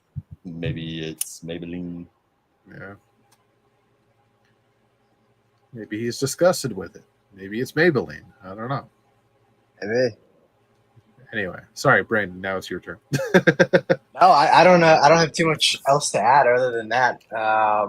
Like you said, I just want to get the answer of what the hell is going on with Dan Garrett, because I feel like that is a big revelation that is just waiting to be revealed. And then, of course, the Aya reveal definitely stole the show for me. That was like long time coming, but still very satisfying to see it happen. But yeah, no, I mean, I really dug this issue, and I'm excited for whatever happens with the Starbreaker Core War, though I hope it is a little better with the pacing than Civil Core. I think was the last storyline we just had. So, yeah. 8.75 out of 10 for me. Ooh, right on. Liked it. What did you guys think of her appearance? Of Aya's? Yeah. Like the design? Mm-hmm. Yeah. I mean, it looks like basically the same. Yeah. Not much to say. Yeah. I didn't go back and look, but I felt like there was something that was just. I thought there was something that was. There's maybe a couple of extra lines added to it, but yeah. it's the basic design is pretty much the same.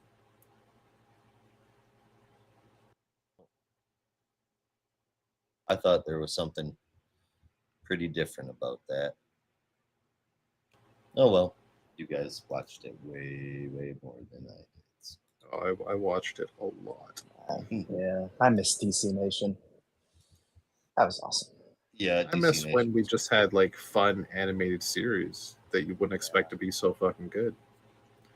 Bring back Super Toss, bring back Bat Toss, bring back Green GL Toss, bring back Justice League Toss. Bring back the DCAU.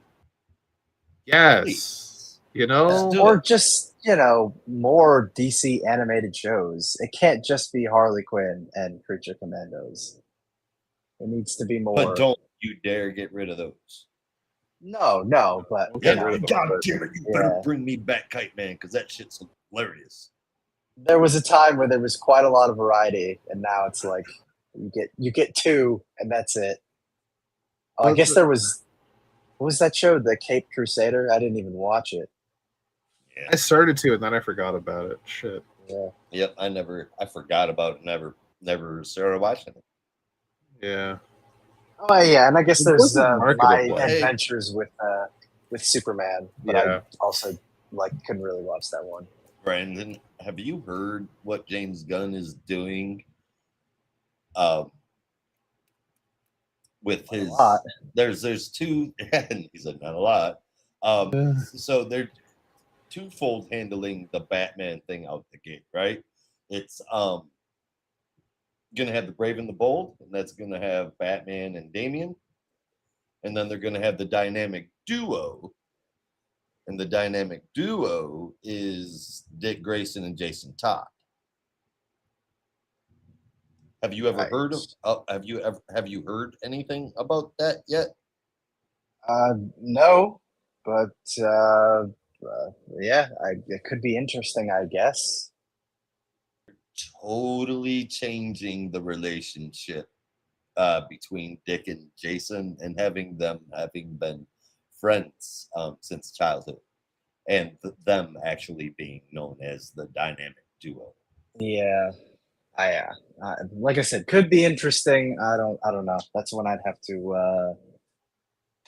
to see before I determined my opinion. Does it make you a little sad to hear that? It doesn't make me sad. I mean, anything can be an interesting story, but I mean, obviously, there's the stuff that I know, which is Dick and Jason had more of an older brother, younger brother relationship, at least at the beginning. But I mean, that's really the only kind of example we have. So that's fair. I should be more open to things. All right. What do we got up next? Oh, sticking with the green motif. Yep. Green Arrow number 25. And I'm just going to say it. My favorite cover of the week. Straight up. Like it is tragic and slightly deceptive, but oh my fucking God. I saw this in the solicits, I was stunned. Because that is possibly one of the best looking versions of the golden/silver age Green Arrow and Speedy I have ever seen. That's not a high bar, but it just looks absolutely phenomenal. And I love it when artists will actually draw Roy in the old school suit, not the updated version with the baseball cap. I'm a sucker for the old designs, but anyway, just had to get that out of the way because we're going to talk about covers later, and this is the one. I can't even stop myself. Yeah, Green Arrow number 25, written by Chris Condon with art from Montos, colors by Adriano Lucas, and letters by Buddy Beaudoin. This is a pretty short one, actually, or rather, it just reads very fast. Basically, Star City is having a brand new debut of its exhibit at the Arts and Culture Museum, but as they're getting ready to unveil some of the new pieces in the collection, Green Arrow, Arsenal, and Count Vertigo burst through the window, and Green Arrow and Arsenal, of course, are able to make quick work of Count Vertigo before completely blowing off the attendees, really specifically one attendee, Albert Noyce, who's kind of trying to thank Green Arrow, but always like, stuff it. I hate you. You represent everything I dislike. Roy's trying to keep the peace, but Ollie's not having it, and that is classic Ollie in a nutshell. They go back to Ollie's apartment and have, I don't know, kind of a nice little heart-to-heart moment where Roy's kind of opening up about how much he really enjoyed this kind of classic stakeout, and it reminded him of the quote-unquote good old days, though I think he may be looking back on the good old days with rose-tinted glasses, because it's not like they were having the best of times all the time, but I'm sure we'll get into that later. Roy, that's, I think, why Ollie says under his breath the good old days in possibly a sarcastic way, because he knows he wasn't the best mentor. But anyway, Roy heads out of Ollie's apartment, comes across a homeless guy, but gets a brief hallucinatory flash before running into another person who clearly is suffering with some kind of infection or drug connection, and also notices an arrow sticking out of his chest. He goes over to check and maybe give a little bit of help, but he hears a mysterious voice over his shoulder, and a mysterious man dressed all in crimson with a bow and arrow then fires an arrow straight into Roy's chest, which administers some kind of drug, and the mysterious archer walks off then, introducing himself as the Crimson Archer, and of course stating that Star City is his town now, which is a hell of a start for this new arc. But without even going into detail on the story, this issue is getting a 9.25 out of 10 for me. Hell yeah. Because, like I said, this book has just been phenomenal every single month. But my God, what a way to start off the first chapter. Like I have no notes. I have no notes, genuinely. Like it just, there's everything in here is exactly the way I would want things to start off, while also giving me enough to chew on to get excited for subsequent issues. You get the relationship between Ollie and Roy, which is always a favorite of mine. You get to see them working together, and you get a killer mystery with one hell of a cliffhanger to close things off. So I have nothing else to say. The book is phenomenal, and I want Montos to keep drawing Roy's suit because it looks so good. Okay. I want Montos to draw everything. Well, yeah, that he is like your favorite artist, second favorite artist, isn't he? But there are some panels of Montos drawing Roy even out of the suit, and it looks incredible. Like the whole sequence of them talking back and forth. I'm like, I feel like I'm there, like I'm watching them talk. It just looks so realistic and so genuine. It was so nice to see Ollie and Roy working together just as a duo and getting along and everything being so happy. It was so heartfelt and touching and beautiful and sincere and serene, and I loved it. And I need it every month. I need it every fucking month. Yes. Well, good news. I read an interview at AIPT. Chris Condon was talking about this arc, and he's like, I really want to dig in on the relationship between Roy and Ollie, and just Roy as a character. So I'm like, sign me the F up. Yes. I'm so down for that. I'm so fucking down. It's I don't know how to describe it without sounding insulting. It's another version of Batman and Nightwing, but it oddly feels more wholesome because they've overcome so much. Yeah. I think it's because Roy has stumbled so much, but they acknowledge in this issue that their relationship, much like Dick and Bruce's, it's taken so many different turns that it's nice to see them be able to recognize that and still come together. Yeah. I think there's a bit of a different kind of relationship between those two sets because, I mean, you have to consider the people that are involved. One, Nightwing's the guy that always lands on his feet, no matter what. Yeah. Bruce this is the situation. Let's make a plan. Let's solve it. And we're done. Alfred, make me some tea. Whereas you've got Roy, love Roy. Great guy. He's fucked everything up in his life since he was like 13 years old. And he's professional at it. Like he could do business cards. And then he's got Ollie, who has done the exact same thing. Bounced back and forth between being an absent father and a present asshole and Star City's savior, not being there quite so much as a dad. I feel like those two different there are parallels, but I feel like, deep down, those are two totally different kinds of relationships. And that's what makes me appreciate Ollie and Roy's relationship more so, I guess, than Bruce and Dick's. I think it feels a little more relatable because they've gone through so much. And I don't know, it's like Nightwing is the person you want to be. Roy is the kind of sidekick to professional hero you would end up being, which is no insult to Roy. No, I would be lucky 100%. To be Arsenal, but you would stumble. I think everyone would stumble as much as Roy has. 100%. Like I would want to be Nightwing, but I would be Roy. That would be me. Hopefully without the heroin. Oh, definitely without the heroin. Yeah. Yeah, it's such a nice little thing to see the two of them now having grown up so much and being able to be that pseudo father-son duo again and just having fun with it. And like even Roy just jokingly calling Ollie old man and Ollie getting grumpy about it is it's perfect. It's so perfect.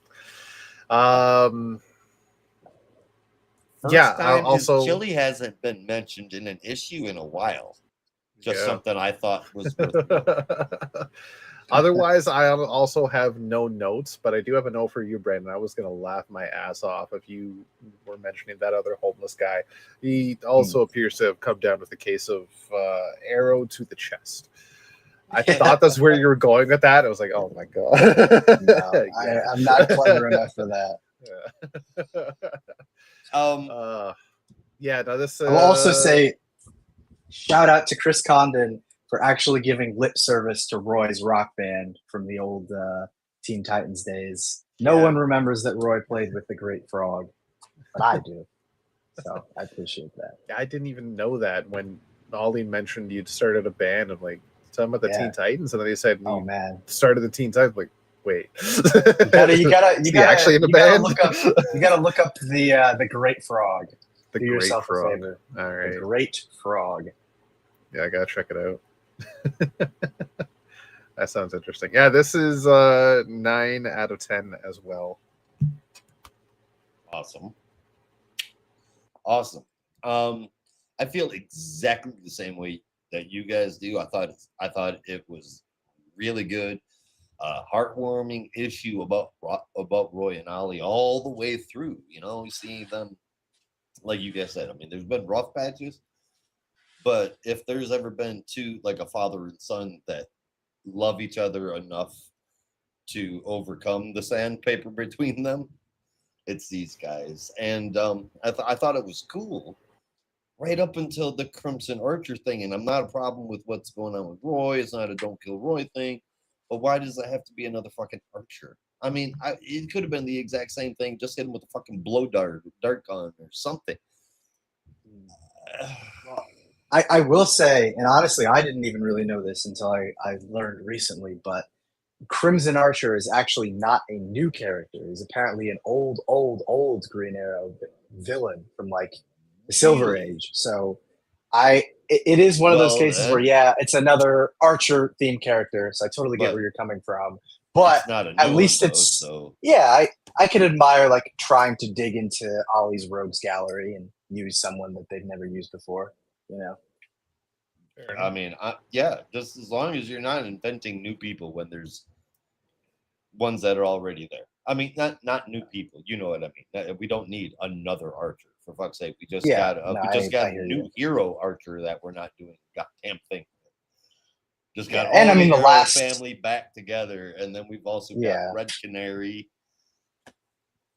Oh man, there's a lot. Well, the last run also had the big villain be Merlin, so you know I feel like it doesn't have to be yet another Archer. So I get that.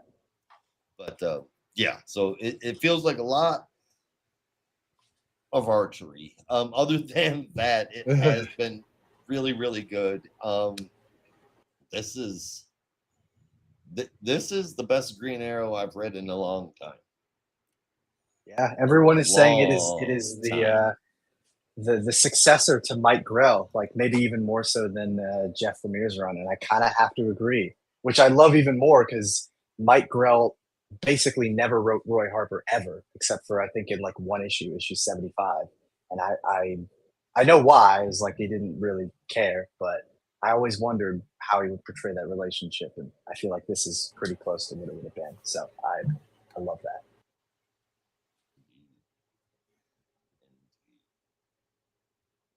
All right, well, I guess that is it for that. That's Green Arrow, and we'll move on over to the next one. Superman. Written by Joshua Williamson with art from Eddie Barrows, Eber Ferreira, and Sean Isaacs, with colors from Alejandro Sanchez, letters from Ariana Mar, and a cover from Dan Mora. So, Lex freed Farm and Graff from prison, all a part of his plan, get Superman to trust him. Then he realized that they work together as a team really well. So now he needs to go find himself, and he leaves Metropolis. That's the essentials. That's pretty much the essentials of the book. The details filled in. Here we go. He triggered Superman's Red K infection so that, excuse me. He triggered, I lost my spot. I nose. He triggered Superman's Red K infection so that he could have it cured by Marilyn. He released Farm and Graff and trade of them curing Superman, but he was the one that infected him, and in fact was the only one that could cure him the whole time. So there was no need to make the deal with Farman Graft, even though he's the one that set it up in a Grand Master Plan. And he got arrested so that he could be released, so that he could be arrested, so that he could escape. And now Mercy runs LexCorp. No more Supercorp. It's always you, Superman. Mercy will always help you, though. Mercy promises. But don't expect any mercy. And Lex's mystery destination to find himself to be somewhere Superman can't hear. I see a monk-looking dude and some old buildings in the background behind a massive snowstorm. So maybe Nanda Parbat? That's what I'm thinking. I don't know. Very possible. What I do know is the next thing that we see is Darkseid's Legion carrying Time Trapper, all bound. But then he's like, wait a minute. I'm still Doomsday. And he busts out of it, even though he's being carried like a trussed up Hawaiian luau pig. And then he just goes, ping, surprise. And then he, portals out. He's gone. Then they say that boost your gold. And I knew that reading this, it cracked Rob's face wide open in a grin. Booster Gold is the most important person in time and space. Because Jeff Johns said so. He's the most important hero you've never heard of. Vindication. Oh, yeah. I'm sure a lot of people loved this, but this huge monumental story didn't do anything at all. I didn't exaggerate or make up anything, any of the things that I just said. That's actually what was told to us in the book. Nothing's changed. Nothing moved forward. Everything is still the same. Everything was wrapped so quickly, so loosely. And sure, did he technically tie it all up? Yes, he tied it all up in a maniacal plot twist right here. Lex outplanned himself to outplan himself to outplan himself to escape Metropolis to find himself. Boom. The art's really good. The colors are really good. 6.25 out of 10 because I'm in a good mood. Color me unimpressed, Alejandro Sanchez, because that's a better story than this one. I'm not even going to argue because that's basically what happened. Yeah, not wrong. Yeah, but end of the day, though, I am happy that they got Lex away from being typical, like, maniacal businessman, because we've seen that so many fucking times. So I'm happy for this direction for Lex. Schizophrenic businessman? What the fuck was that? It's different. It's different, and I'm okay with that. Right? As long as we're not going back to the old status quo of Lex just running LexCorp again, and like, oh, I hate Superman again. Like that is the last thing I wanted to see. So no matter what the outcome is, as long as we don't end up with that, if it's something different seems for Lex, I'm okay with it. It seems like he still has the intelligence, he still has the plans with quotation marks. He's just lost. He's just lost his ego. Yeah, he doesn't want to be Superman an asshole anymore. It's the thing about or not too nuts. He remembers everything he was before he lost his memory, but he also remembers everything that happened while he had lost his memory, and that was a big moment of growth for him. So, but he actually had all of that planned to happen before he lost his memory. Which is fucking crazy. I'm just going to ignore that. All right. Just making sure we're on the same page here. And that level of growth is just like, even though he remembers everything, he doesn't want to be a major asshole anymore. He doesn't want to just go back to being, I hate Superman and I need to kill him anymore, because he can see a better way now. And he can see a future where him and Superman can work together and actually be compatriots without him being a double-crossing dickhead. But in doing so, he ended up being a double-crossing dickhead for no fucking reason. Crossing. Yeah. Quadruple crossing. For all Triple crossing. Once himself. And where was I going with that? Way to go, Williamson. Oh, that's not what you were going to say? No, I literally just lost my train of thought. Fuck. Whatever. I might have said everything I needed to say.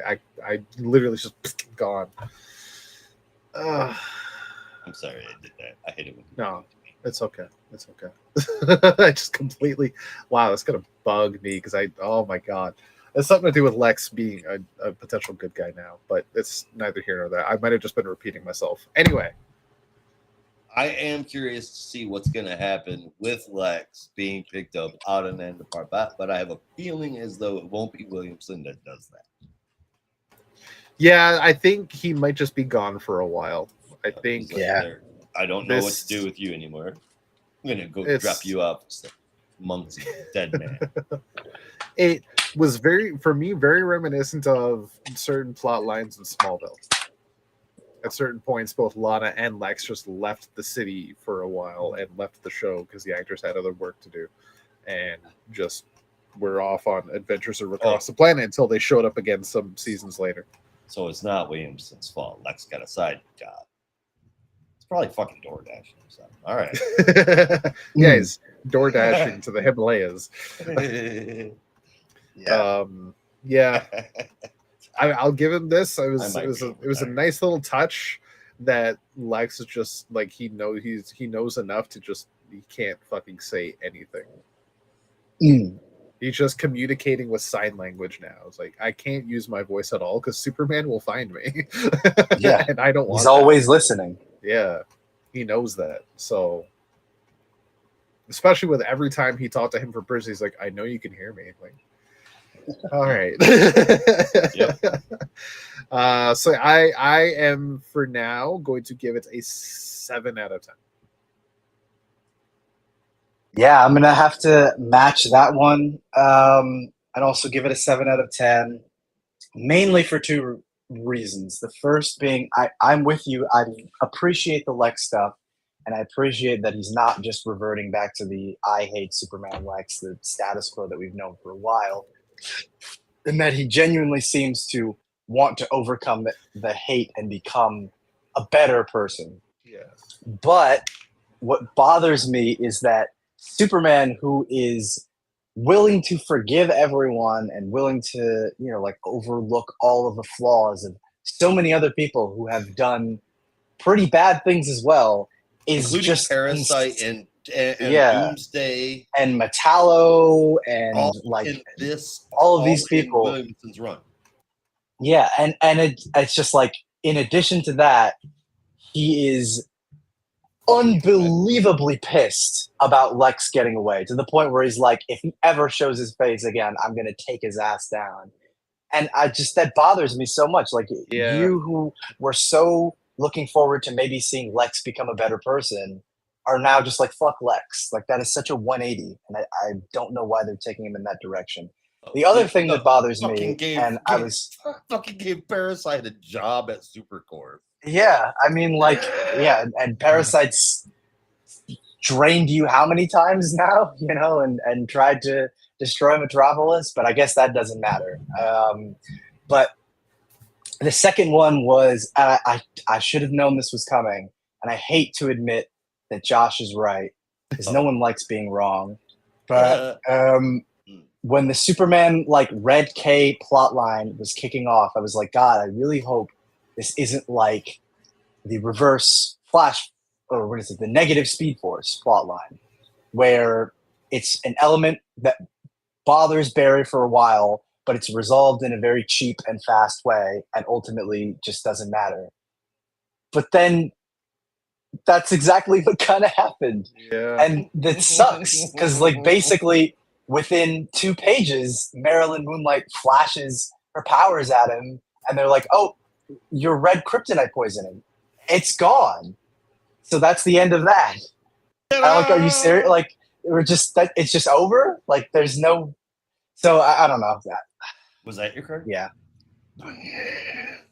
Yeah. Anyway, 7 out of 10. I hope that the Legion of Doom story arc is more rewarding than this one. I think it might be. Williamson isn't gone yet? He's not moving on? No. Oh, damn it. Sorry, Joshy.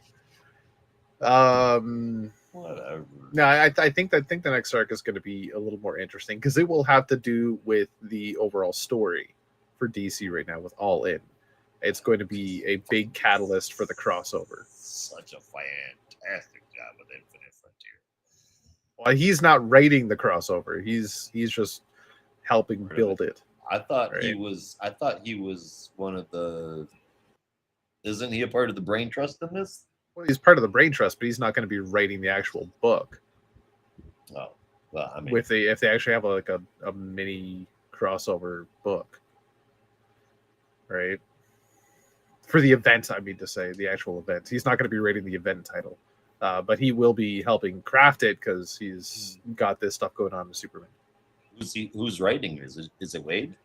I imagine it would be Mark Wade. That hasn't been announced. They haven't even officially announced the title or anything, or if it's even happening. It does say at the end of Superman that the next issue is going to help set up the next big DC crossover event of the year. So I think that's the first official tease of an event coming this year. But that's all we know. But I imagine it would be Mark Wade because he seems to be the big architect of All In as a whole. Yeah. Yep, he sure does. And he ain't done half fucking bad. I'm happy to hear you say that you're seeing a better side for Mark Wade these days. I mean, I was always a big fan of Mark Wade. No, I know, but you were down on him for a while, and you weren't a big fan for 2 years. Yeah. And now you're coming back. He's handling, being a part of this bigger picture overall DC thing. I mean, it's working so far. I'm happy with the good majority of the books that are out that are all better than average books. Yep. So that's working for me right now. What do we got up next? Well, speaking of Mark Wade, uh-oh, it's the final part of the Justice League Unlimited World's Finest crossover. We Are Yesterday, part 6. This is Justice League Unlimited number 8. And this is written. Where the fuck are the credits? On the cover. Isn't there Yeah, there's. I think it's at the end of the issue. I can look if you want. I had it, and then I lost it. Now I can't find it. Well, it's written by Mark Wade with art from Dan Mora, colors from Tamara Bondelaine, and letters. I don't know because I can't find the fucking credits. I'm looking. Where the hell are they? That's not it. Huh. No, I genuinely didn't see one. I genuinely do not see one either. Interesting. It's got to be hidden. I thought I had before. Anyway, we'll get to that after. So we open up where we left off last issue. A cadre of superheroes from across space and time have been brought in by Airwave to face off against the superpowered Legion of Doom, including a Gorilla Grodd that has been empowered with Omega energy, now calling himself Gorilla God. And a battle ensues. It's a big fucking brouhaha, and the heroes eventually get the upper hand as Airwave, who is slowly losing control of himself, comes across Red Tornado, who is still kind of reeling from the station being taken over, is able to power up Airwave enough for him to get a hold of the Justice League proper and bring them back into the fold. And together, they all get a big up on Gorilla God and take down the Legion of Doom together. However, Airwave is still very much tethered to Gorilla God, and he is bleeding Omega energy as well. So as they are able to take down Gorilla God and take Jean's powers away from him, using the device from the Atom Project and bring the psychic abilities back into Martian Manhunter. That's when Jean tells Superman and Wonder Woman to finish him off, and they do, but this is when Airwave comes in and says, no, he's mine. And with that, the Omega energy dissipates away from him and away from Gorilla God, who is now back to being just Gorilla Grodd. And basically that ends the fight. And all that's left now is two things. One, where's Airwave? Because he's gone and Mr. Terrific ain't fucking happy about it. It's unacceptable to him because they failed him. He was a kid that was lost in time. He was found. He has no family. He has no home. And they failed him again. So he needs to find his kid problems there. Yeah. He needs to find him. Toot sweet. And the only other problem now is all the heroes that were brought from various moments in time. They can't get home because the Omega energy is so volatile, according to Superman, that it's actually impeding time travel mechanisms they have. So until they can figure that out, they're all stuck here. That's a lot of fucking characters. That's two versions of Batman. There. I forgot to flip the cover, but that is definitely, that's too many characters. That's too many Batman. Yeah, that's year one Batman or the 0 year Batman. That's the world's finest. The world's finest Superman and Batman. There's Batman Beyond. There's the Terrifics. There's 90s Wonder Woman. There's both Dick Grayson and Jason Todd Robin. There's Barry Allen year one, Black Red Harley. There's Superman Blue. There's another version of Wally for some reason. I think I said the Terrifics and Abin Sur, Jonah Hex, Abin Sur, Green Lantern, and I can't remember the name of that shape-shifting alien. Oh shit! What the fuck is his name? It's a really stupid name. Ultra the multi-alien? Yes, Ultra the multi-alien. Yeah. Yes. Yeah. So it's really stupid name. it's quite a group of heroes from across time that are now stuck in the present day. Oh, and 90s Aquaman with the hook hand and the silver chest piece.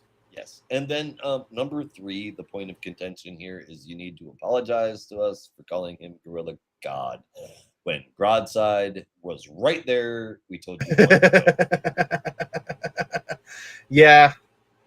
Yeah, Broadside would have been better, but Mark Waid went with Gorilla God. I don't know. We then get a little epilogue in Hyper Time, and this seems to take place after the events of Superman that we just talked about, with its own epilogue, where Time Trapper, aka Doomsday, fell out of the portal that he opened up to escape from the Omega Legion, we're calling it, and comes across the World Forger, which is exactly who he was looking for. And now they need to work together to save the time stream because World Forger is revealing that the time stream is fucked. And Time Trapper then says time in this universe is coming to an end. See? And behind them, we see all sorts of glimpses of various universes and moments in time that we would recognize, like Death of Superman. That's Hyper Time. It's collapsing. It's Hyper Time, yeah. And what's going on in Flash? What did Jay tell us is going on in Flash? BTOS back there, too. Interesting. Sorry, I'm looking at all the background stuff. I forgot to look at it before. Shit's just fucked. Time is collapsing fucked. Into one dark timeline. Yeah. I'm telling you. Is this 0 hour part 2? No. No, it is not. Please not. Please no. Is this Oh man, Parallax? You're lucky I'm coming back. Too far to drive. I kick you swift in your ass for that one. Hey, all I'm saying is Convergence Parallax kind of just disappeared. He's still around somewhere. I mean, yeah, but that doesn't mean you need to cuss like say that. All I'm saying is this seems like a crisis in time. Oh. Jesus, Brandon, make him stop. Please stop. Please stop. This is not funny. You're turning me into a hero in crisis. But in all seriousness, there is like something wrong with the time stream. Time is evaporating, and it's going to take as many time traveling characters as possible to help fix it. Because even the heroes don't really know what the fuck to do with it. Well, they don't even know what's happening. And somehow it still had to do with Darkseid dying. Yep. Jay and Pilgrim know what they're doing. Those are the only people that know, right? Jay and Pilgrim have inklings. I don't know if they know exactly what's happening yet.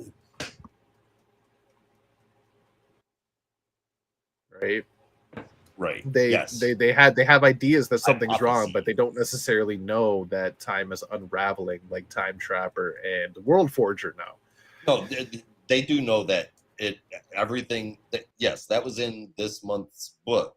This issue, all of the timelines are collapsing into one very dark, terrifying timeline. And right now, that's what Wally is supposedly fighting against, and they know that Wally is not going to win. He will die. The war will not be won. So they have to figure out a way around it. They're the only ones that know that the timeline is collapsing. Everybody else is oblivious. To our knowledge. Am I forgetting anybody? I don't know. Or did Simon Spurrier? I hate that book so much right now. Is the architect behind everything?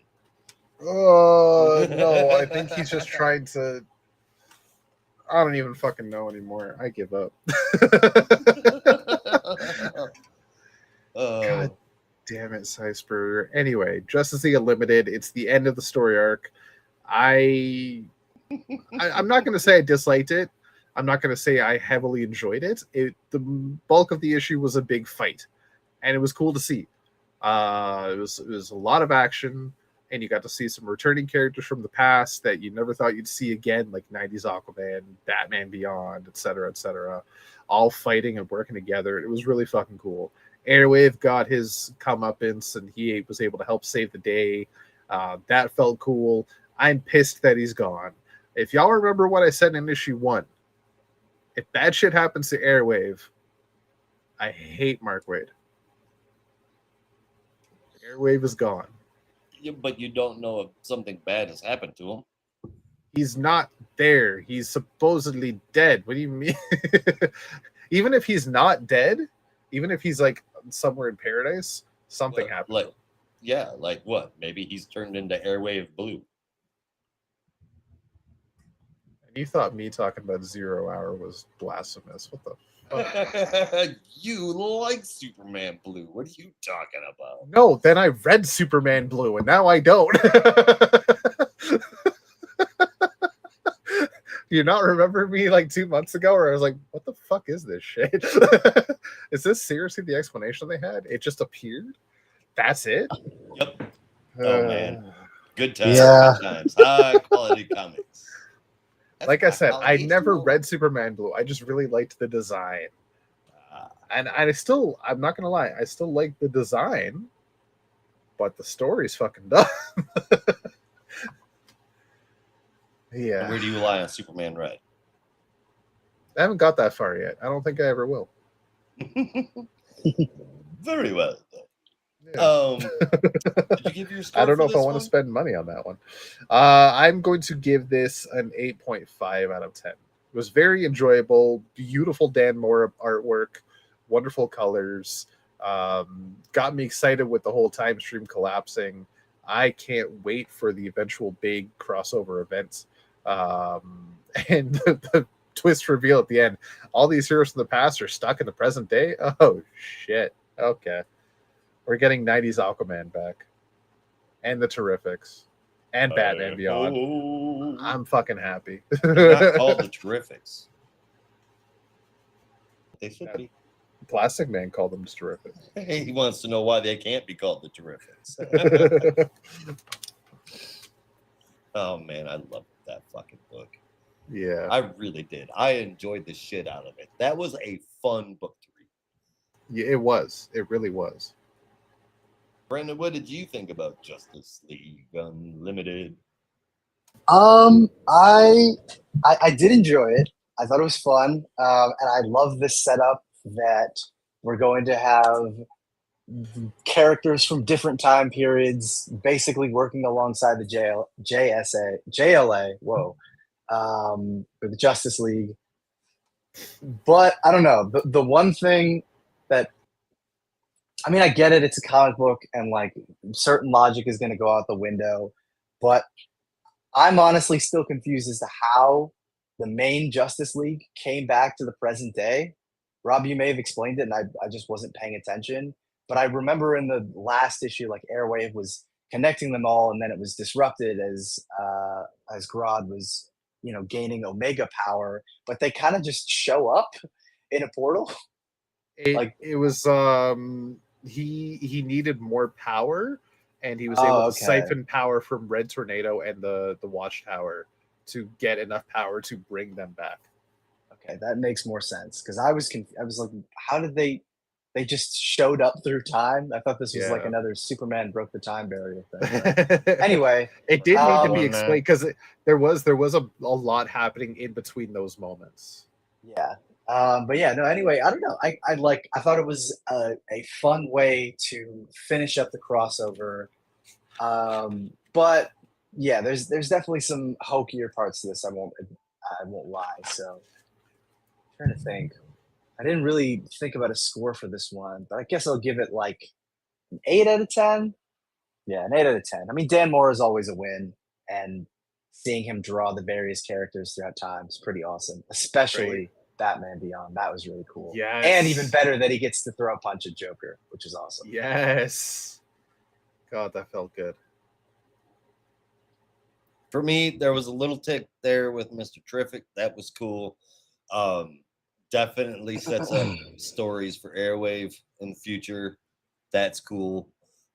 He's obviously going to have gone through some sort of a change or experienced some kind of a thing. Hopefully not 1,000 years in a volcano. Kids. I don't like what happened here. Overall, not bad. Dan Moore is incredible. We already know that. But the whole fucking thing here, you need Captain Atom to pull and move powers. He's the only fucking one that can do it. Martian Manhunter can't just walk up to somebody and go, I get my powers back. Okay. That's not how it works. They drop like the horcrux of the entire thing. And just, I mean, we had an entire series built around Captain Atom being the tool, the only thing capable of setting these powers back, and then but Martian Manhunter can do it too, even though he doesn't have his powers anymore. He can do that. It wasn't just that. It wasn't Martian Manhunter doing it. It was, if you remember, in the Atom Project, they had a device at the beginning that they were testing to swap the powers back and forth, and they were using Captain Atom as a catalyst to power that device.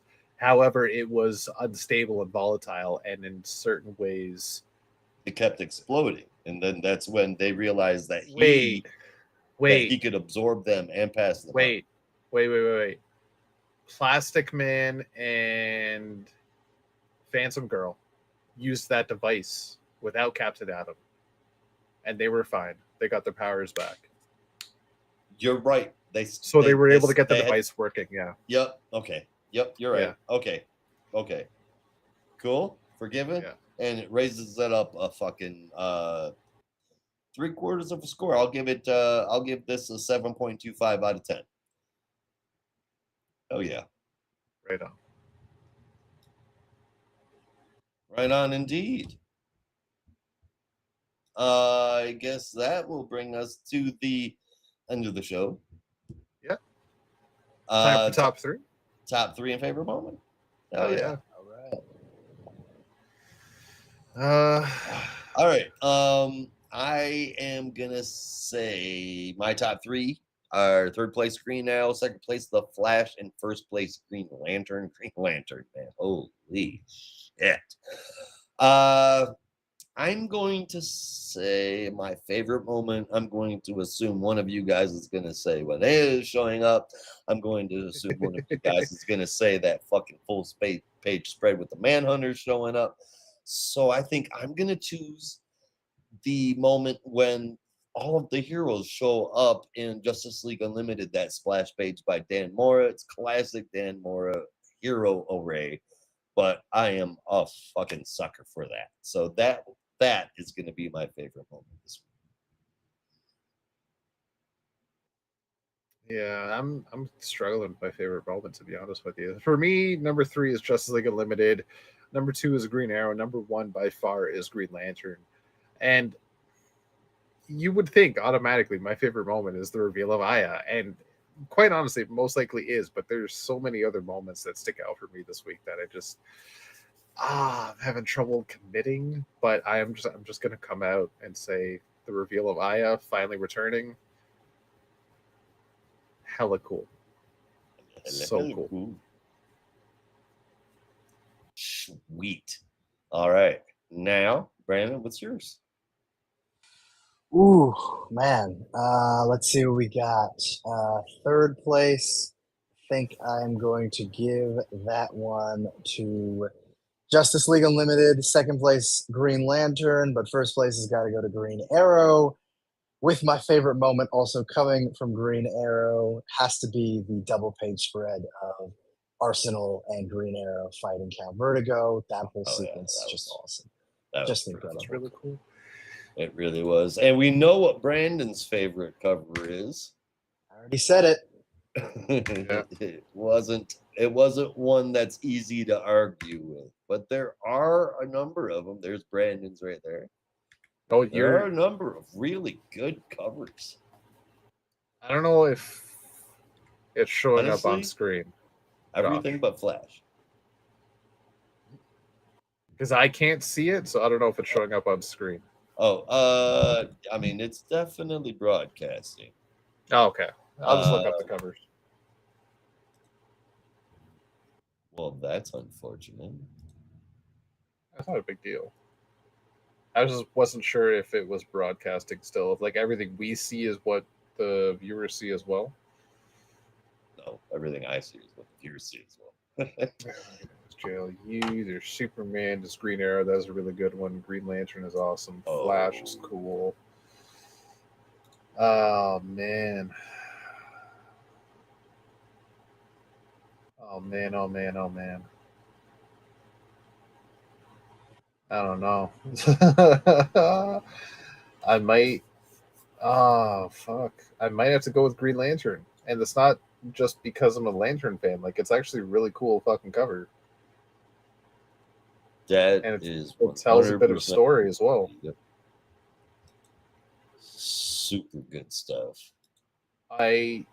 Runner-up for me is going to be Justice League Unlimited, just with that ensemble cast right there. Mm-hmm. Holy shit! It's enough to get me excited.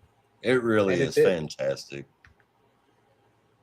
Green Arrow and Green Lantern, easily one of hard to argue that either one of those are number one.